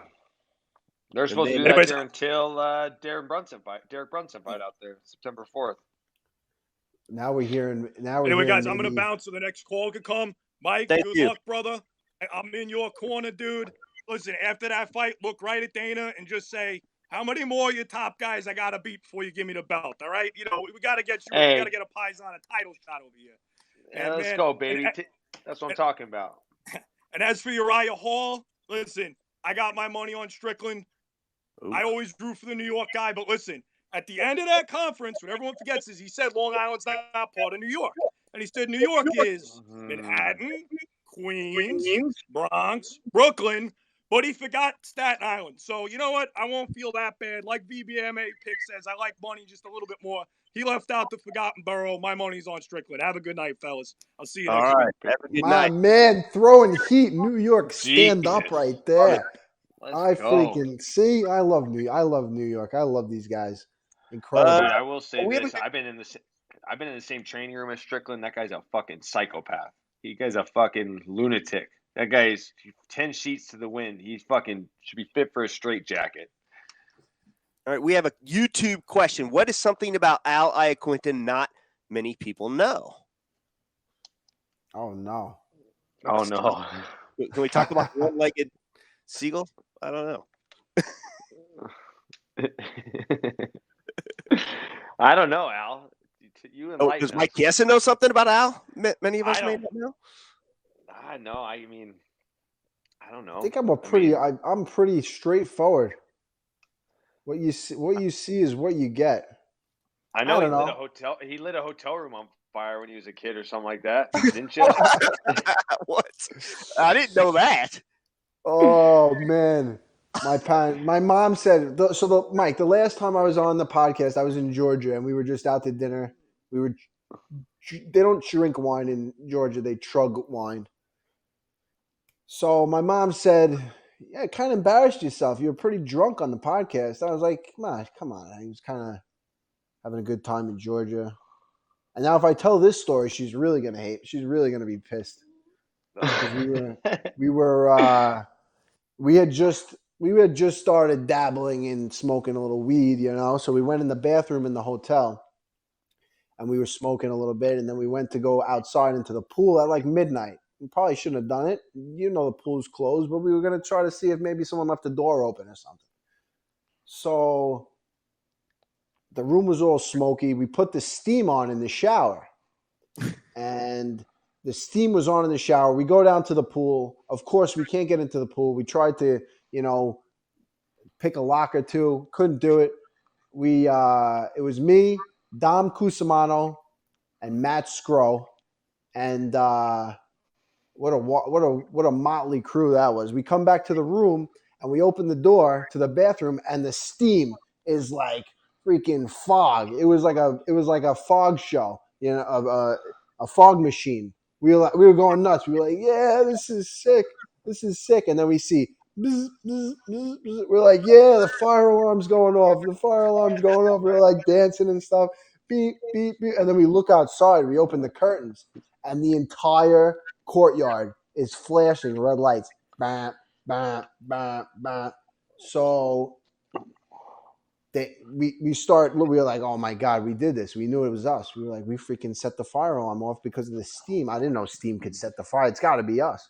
So we open the door and we look outside. There's people running down the hallway, covering their mouths. They got they got their suitcases in their hand. They're leaving with their stuff. We evacuated the whole place, and someone saw us, and he was like, that's the room right there. So it was they were threatening to like kill us. We evacuated the whole place at like 2:00 in the morning. The entire Grand Hotel. We were in room 222 in Wildwood, New Jersey. My parents we were in high school. My parents had drove the three of us down. They had gotten us our own room. We were, it was kind of like a little family vacation, but also had the friends with us. My sister and her friends went. They had their room. My sister got woken up. Everyone got woken up, and my dad is just sitting down there in the lobby like this. He knew it was us. Somehow he knew it was us.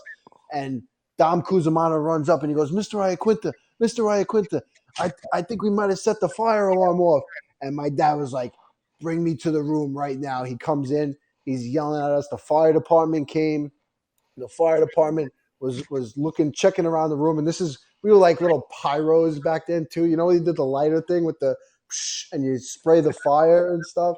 So there was like little burn marks everywhere. And they were examining the room to see if there was any heat anywhere. And they saw these burn marks. There was chicken thrown across we were just like we should have been freaking, they should have put us in cages at that. We were out of our freaking minds. We never should have been allowed to do that. But it was an incredible time. We had a lot of fun, and one of the most incredible stories, we still talk about it to this day, room 222 in the Grand Hotel. Matt Scrow, one of the wildest kids in high school, ended up becoming the doctor. If you get rushed to the emergency room, this guy's fixing you up. It's incredible what growing up can do for a person, because we were out of our minds. But that was the story that you didn't know. You've been wrecking hotel rooms for a long time, man. Yeah, I mean, I had some incredible mentors back in the day. The Cusimano, the Cusimano brothers. The Cusimano brothers were, they were always going to Atlantic City, and their father was on the tables a lot, and we had a lot of time to ourselves in the casinos, and they were incredible mentors. Then Uriah Faber, the team Faber, they did an incredible job of mentoring me on The Ultimate Fighter. You heard some great stories about them just wrecking things. So I was, you become who you hang out with, and I was around incredible destruction, and it seeped into my pores. What are you gonna do? All right, hey Mike, VBMMA Picks, top secret MMA handicapper, has a few questions for you, so I'm bringing him on now. All right, you're live, buddy. VB, can you hear us? Again. Hi, Mike. Hey. Hi, Mike. Hey.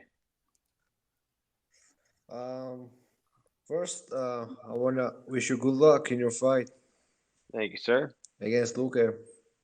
Yes, thank you. Can I ask you if you like to bet on fights at all? I see you do some analyst stuff, Let me tell you something, VB. I'm a fucking degenerate gambler. I'll gamble on the fucking how many birds are gonna land on the fucking wall right now. Fucking heads or tails. I fucking bet on everything. You name it. Let's hear it. What do you got for me? Oh yeah, I love betting. Awesome. I'll bet you right now. No, nothing. I just make picks. I wanted to ask you if you. VB, he wants to put a bet. What do you got? Come on, VB. Okay, this week I got Ryan Benoit. If you're familiar with him. Yeah. He lost two in a row. Is he familiar? Have you seen the guy on ESPN? Have you seen him on the UFC round is the UFC Roundup podcast? Yep. Have you seen the guy? No, if you're familiar, VB, we know you're good, but come on, this is Mike Chiesa. Let's go. Come on. Yeah, I mean, I just wanted to talk about bets. I actually, when you fought Diego Sanchez, I had you by sub, and I couldn't believe you. You were so close so many times. But now you want to talk about fights I wish I could have back? I would take that fight back over a rematch with Kevin Lee, because I'm pissed at myself for not finishing that fight. So it won't happen again, VB. Right? Sorry about that. No, it's all good, man. I'm just saying you had so many chances. I was like, it was 10-8 rounds. Diego is so tough, I guess, right? Yeah, he's durable. What you think about him and, About Ryan Benoit? What you think about him and, his coach? Oh, God. That fucking fruitcake, that fucking guy, man. Fuck. Well, he's not his coach anymore, to my understanding, but I think that guy I mean, you want to talk about a guy that just came in and stirred the pot. I mean, we all saw all of us in this call right now saw his video of him going up to Matt Serra. You picked the wrong fucking guy to go fuck with. I mean, when Matt Serra's like, I'm eating fucking breakfast, you jag off, get out of here. You know, it's like the guy's fucking. He had no business being involved in our sport for sure. Yeah. Mike, we can only see And the he top was right now, buddy. Oh, how about this? yeah, he was running some OnlyFans account that he was making money from Diego. It was crazy. Yeah, he's definitely exploiting him. You know, there's some fucked up things I had kind of heard of. I don't feel comfortable saying it because I don't want to offend Diego Sanchez because he's a legend and but I know that this guy said some really messed up stuff about Diego Sanchez, you know, and fuck that guy. Matt Serra should have fucking threw him on his head when he approached him at breakfast. That guy, he bugs everyone, and he just the stuff that he said after the fact about Diego. It's like he threw him under the bus. It's like, oh, everything's good. Diego's on my side. Then finally, it looks like someone got in Diego's ear, and maybe they had an intervention. Like, this guy is not good for anybody. This guy is not good for the sport. He's not good for Diego. He's not good for. He's like, who the hell is this guy? It's incredible, but yeah, Did you see? thank God that guy's out. Yeah. Did you see the video when he was hitting him? Like, I can't even. Yeah, that was messed up. Where he's hanging upside down. he Yeah. was hitting him. Yeah, That's, that was insane. I feel like that guy was just. How is that I feel good like for this guy anyone? was just. The guy is getting his jollies off of everything he did to Diego. I feel like the guy's just a sick, demented fuck. You know what I mean? I feel like he's just like. I feel like he was enjoying taking advantage of Diego. Like, I don't know. It was weird. Calling that guy a degenerate is an insult to degenerates everywhere. Yeah, he's a fucking. That guy's a demented pile of shit. Yeah. he's got some issues. That guy's got some issues because that was the only way he was going to get into the public eye, and he got into the public eye. He did it the wrong way, and I think anyone with a solid game plan, you know, he could have done that. He could have put just as much energy into doing something positive, but he got, and hopefully he knows. I gotta think he knows that he's a crock of shit, right? Right. Could he be that Looney Tunes that he really thinks he's doing good? Yeah, I remember in And the fight. I remember when I fought Diego, he was yelling the fucking dumbest shit. I kept hearing him go, crack the coconut. I'm like, what the fuck are you talking about? I'm used to fighting guys with like championship level coaches saying valid shit. And I'm like, I'm in cruise control kind of in that fight. And he's like, crack the coconut. I'm like, what the fuck are you doing? You gonna fucking hit me in the nuts or something? Like, I still to this day, what the fuck does crack the coconut mean? I still don't know what was crack the coconut. Because the only thing I got of it, I got a finger in my ass, and you're yelling crack the coconut. I mean, Maybe that's what it means, I guess.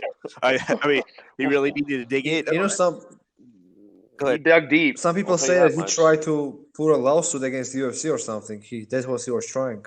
Yeah, I don't know. Was that the fight? I don't know. Joe Rogan was saying that his corner is giving him non-advice. I can't remember. Yeah, and he was mad. I got some YouTube questions too when you get a chance. Go ahead. Sorry. Oh, no, no, go ahead, Mike. Sorry. I just remember that fight. No.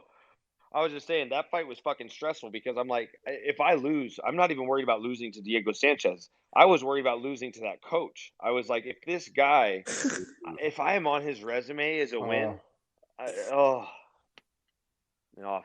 Yeah, poor Mickey Go.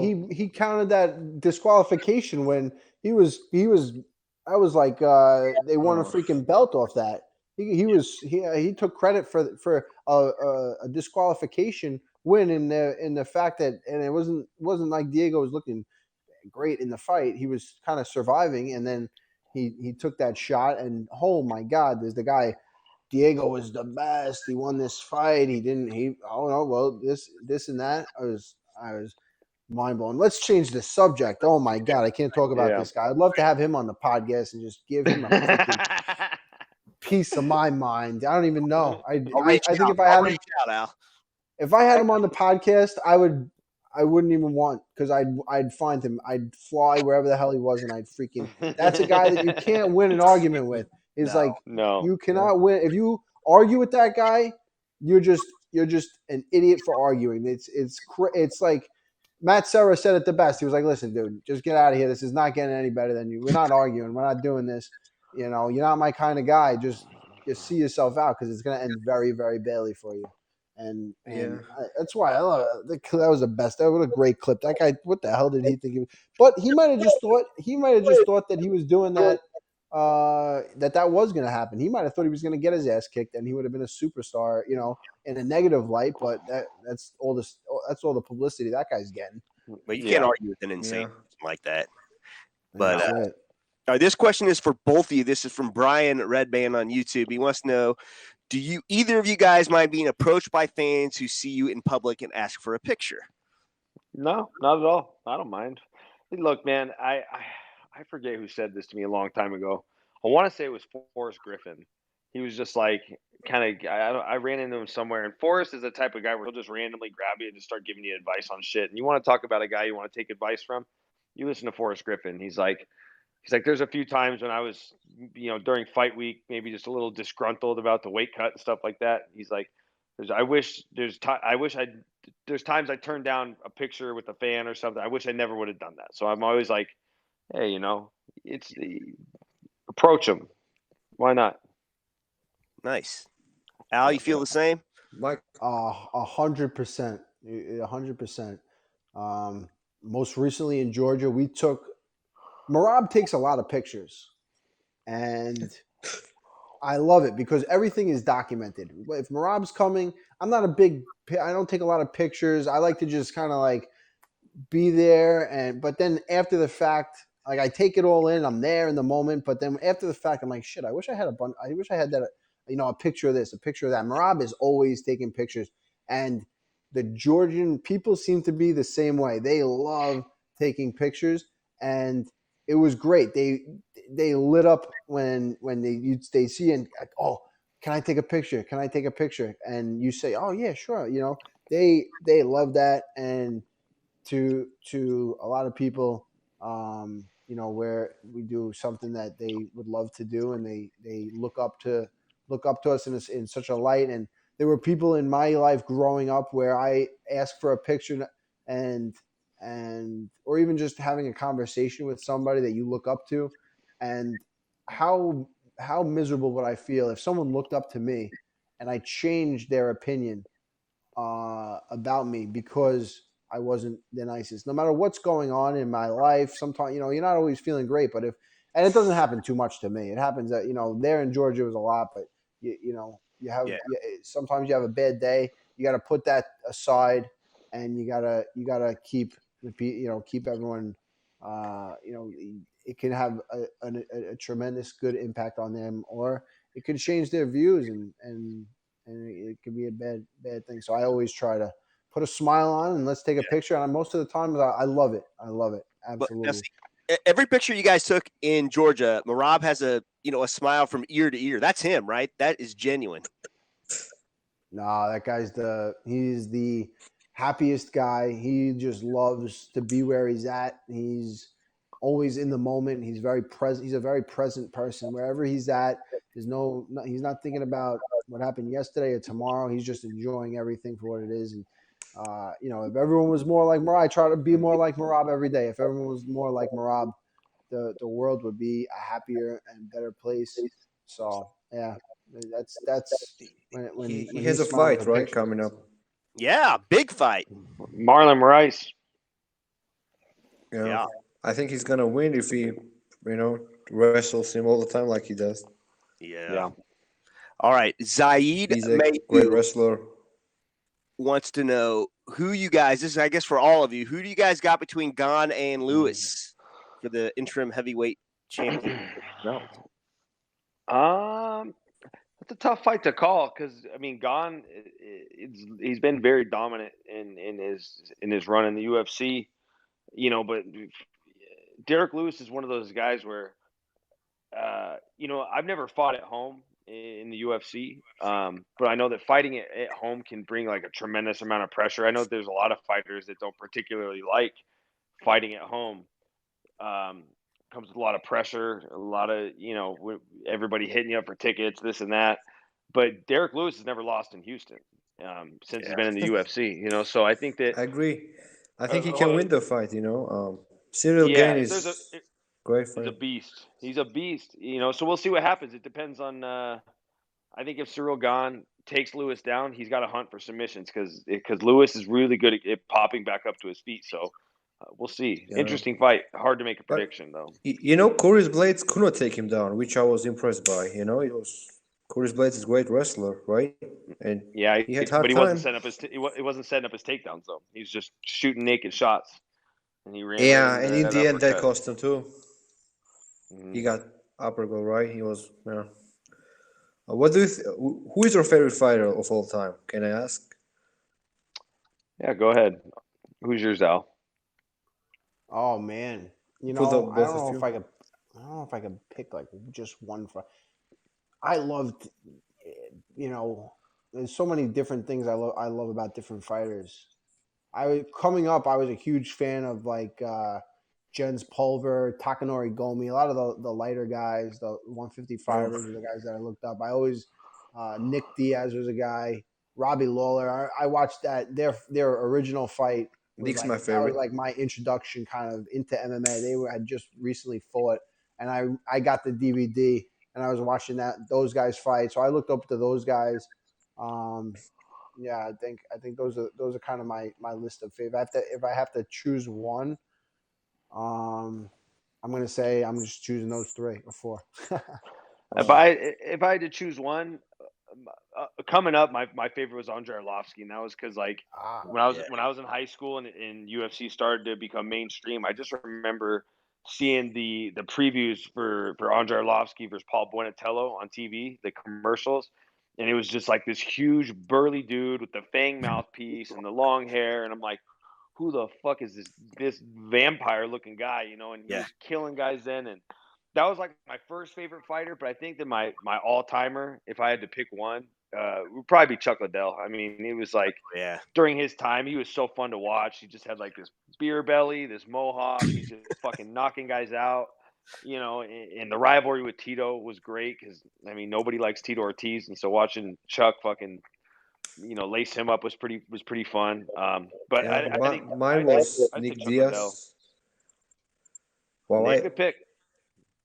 Yeah, I got to say, like, it's a tie for me between, Chuck in his prime and Anderson Silva in his prime, when Anderson was just basically doing whatever he wanted and landing everything he wanted. But, I like Andre, too. You remember his motto is, if at first you don't succeed, shave your back and try again. Yeah, Chuck Liddell. Chuck Liddell was like the first. He was like the Conor before. He was breaking new ground. He was on Entourage. He was like the superstar. He was the first. He was at that time the biggest superstar that there was, and he really broke ground for a lot of the other fighters.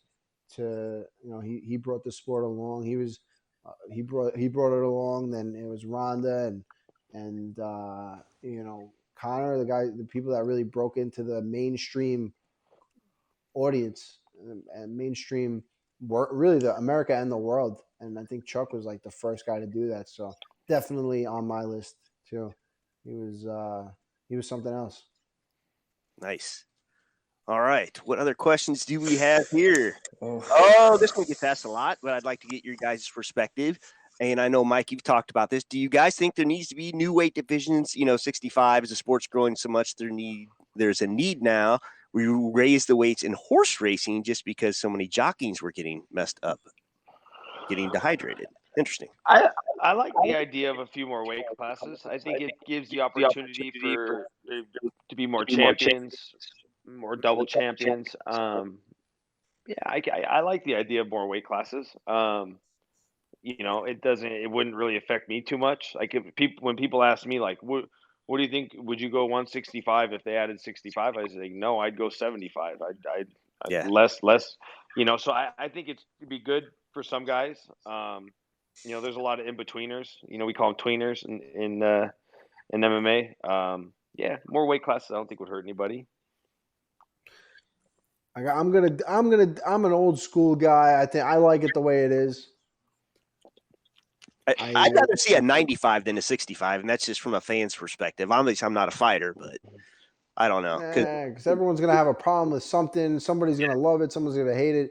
I think you just keep it the way it is. Like Mike's I think Mike's at 170, and he was a big 155er, and now he made himself a big 170. I think the weight classes there, I mean, maybe it's not the best, maybe it could be better, but look, this is the way it is. It's been like this from the beginning. If we start switching stuff up now, then there's going to be, what are we going to change the 170 belt to? We're going to have everyone fighting for different belts, and things get all crazy. I don't know. Maybe it would work out for the UFC in some way financially, but for me as a fan, I don't want to freaking think about it. I want to. It's like the lineage of the 170-pound title all the way from back in the day, Matt Hughes, and then George St. Pierre, Matt Serra, all the way through everybody. It's like, and then I feel like if you make a 175 belt and 165, then those kind of leave. They die out a little bit. It changes the game. So I'm just an old school cat. You know what I mean?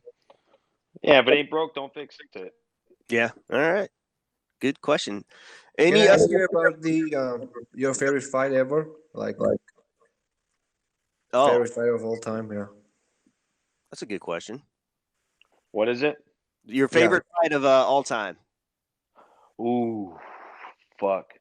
That's hard. There's a lot of good. Maybe ones top out there. three. I mean, Gomi versus Nick Diaz is always a great one. I mean, that fight was bananas. Rory versus Lawler was a great fight. The rematch, that was a good fight. Oh yeah.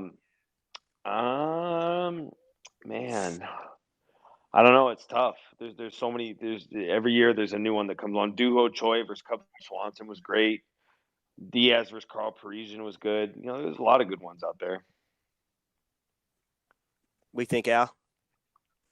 I think he named most of them. I mean, there's those are all like long. What was great fights can happen. Also, there's the Czech Congo and Pat Barry. Oh yeah, those are some. That's a crazy one guy's almost out, then the other guy comes. That was a crazy. That comes to my mind as like one of the craziest. Not one of the best like fights, but one of the craziest turnarounds. And if you're going in that direction, like Pete Sell and Scott Smith. I mean, I love Pete. Jargo's my guy. But he had him out, and then the other guy comes back. Like some of those can be like, the big comeback ones. But Takanori Gomi, Nick Diaz, what a great fight that was. Paul Daly and Nick Diaz. Nick Diaz had some of the favorite base play. Yeah, I mean, what a war that was. I think Robbie Lawler had another one with. John Hendricks. Yeah. No. Carlos Condit? Rory McDonald, Carlos Condit. Those were all good fights. Yeah. Man. How about Stylebender and Gastelum? I was just going to say that one. That one was freaking bananas, too. Dan Hooker and Poirier was good, too. That was a great fight. Poirier's always... When is Poirier in a bad fight? I mean, you want to talk about a guy that's fun to watch. I mean, when Dustin Poirier fights... It's always a good fight. I mean, there's always some type of drama. He comes back. He does good things. Justin Gaethje's fights are always fun too. Gaethje versus Michael Johnson. That fight was insane. John Smith. That's the one I was talking about. Lawler, Melvin Manhoef. Okay. Very good, John. Oh, the one shot, one kill after he fucking got his leg butchered. Oh, you gotta of course, Al. You gotta Sarah GSP1. That's one of the best. Incredible. Sarah GSP, Chris Weidman, Anderson Silva won. Yes. Those, the incredible upsets. I mean, in their own ways, a little bit different as far as like the upset goes. I think nobody had Matt Serra winning that one, but a lot of the guys, Chris Weidman, huge against Anderson Silva. The guy had been untouchable, and unthinkable. Weidman Machida was good too. Yeah, it was. Machida that was a great fight. Incredible fight. I mean, culturally significant for me. I was at a friend's house. TUF fight finale 1. Forrest and Stefan were about to fight. I switched off his car or whatever my friends were watching. I'm like the only one inside, and another friend of mine, we want to watch that fight, and my buddy got pissed. I turned off the TV, but then everyone flooded from the outside, packed in this guy's living room, and just everyone was just yelling and screaming at Forrest and Stefan. So I got to say, iconic wise, I mean, just for me, it was probably that fight. It was just so surreal, just to have a crowd, just come in there and all yell and scream and cheer. No, that was the one that put it on the map. That was one of the biggest fights at the biggest times. They were on the stage, the stage to get it done, and they did. That was an incredible fight. And I'm looking forward to UFC 265. Ching, yes, sir. Ching, the number 5 ranked welterweight in the world, Mike Maverick Chiesa. Mike, thank you so much for coming on. I can't thank you. It's a pleasure, man, for being here and staying on as long as you did. I know you got a lot of stuff going on, so we'll let you go. Get to training. We're looking forward to watching you on August 7th. Is it? Yep. Let's go. August 7th. August it's a pleasure 7th. to be on, man. Thanks for. I'm like trying to block out as much media as possible. When you call me, I'm like, fuck. Sit down and talk with my guy, Strong Island's finest. Fuck, I can't turn down an opportunity to sit down and chop it up with you, man. So, boys, thanks for having me on. It was a pleasure. Tune in 265, and now we'll figure out that Long Island trip when we get done. Let's do it. Good luck, man. Go get him. Yes, sir. Peace Long out, guys. Island is behind you. Big fan. Thanks, Thank you. guys. Thanks, guys. Take it easy. All right. You too. How cool is that? You're bringing man every week. That guy is just the best guy. He's the best. What an inspiration. Ever since I should have told him. I got to tell him he's got to start writing that book. That I want to read the book of, that's him on The Ultimate Fighter and what he went through. He was an underdog going through most of those fights, and not only that, he had a tragedy happen with his. I mean, he had told that he's just said on here that. His father had gave him the preparation for what was, eventually his passing, and that he told him to keep going and listened and did it, won the Ultimate Fighter. He's got to write a book. It's got to happen. And now what he's doing after all that, he's everywhere. He's everywhere. And it shows. That's what you got to do to get where you want to go. You got to just. He said he's the busiest man in MMA, and I believe it. He is everywhere. He's killing it. Everything he does, he's killing it. Mullets and Mayhem, the Mike Chiesa story. I love it. Al, if you get him into real estate, I think he'd kill it there too. A guy like Mike Chiesa is going to kill it in anything that he does. He's a guy that doesn't take no for an answer. Anything that comes his way, he knows how to work hard. He knows how to win. He's got the recipe. If you can do it in MMA, I truly believe you can do it in anything. He's number 5 in the world right now. I think he's going to be wearing that belt soon enough. And if you could be the UFC champion, I think you could do just about anything you put your mind to. All right, man. Well, are you going to be watching the fights this week? I'll be watching them. Absolutely. Uriah Hall, we heard he's not a big Long Island guy. But I do root for him. I'm going to be rooting for him. He's got a tough test ahead of him. He's kind of like a wishy-washy kind of guy. You know what I mean? He's sometimes he looks great, but then sometimes not so much. I'm rooting for him. I don't know if it's going to be a great night for him, but I'm definitely pulling for the guy. Always a gentleman when I talk to him. Nice guy. I'm rooting for him. Zaid Mayo says, "Have I ever thought about dropping to featherweight?" Nah, man. I'm maybe if it was like 150, 151, I can get there, but 145 too much. I cut a lot of weight in high school and in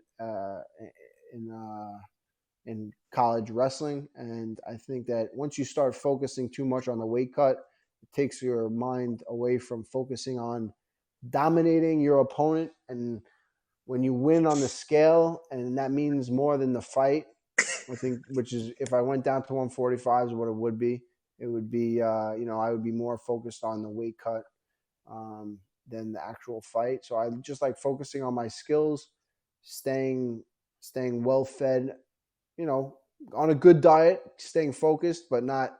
I don't want these any long-term health things. Guys cut too much weight and I would really fuck with you. So I'm definitely a 155er for life. For life. Again, 2 hours flew by, man. It was a lot of fun. Awesome. And, always fun. We didn't have style. This is the first time Stylebender. I think we're doing pretty freaking good without you, my man. If you're out there listening in La La Land, but I'm gonna unblock you because I do freaking somewhere my heart. I missed the freaking idiot. But right.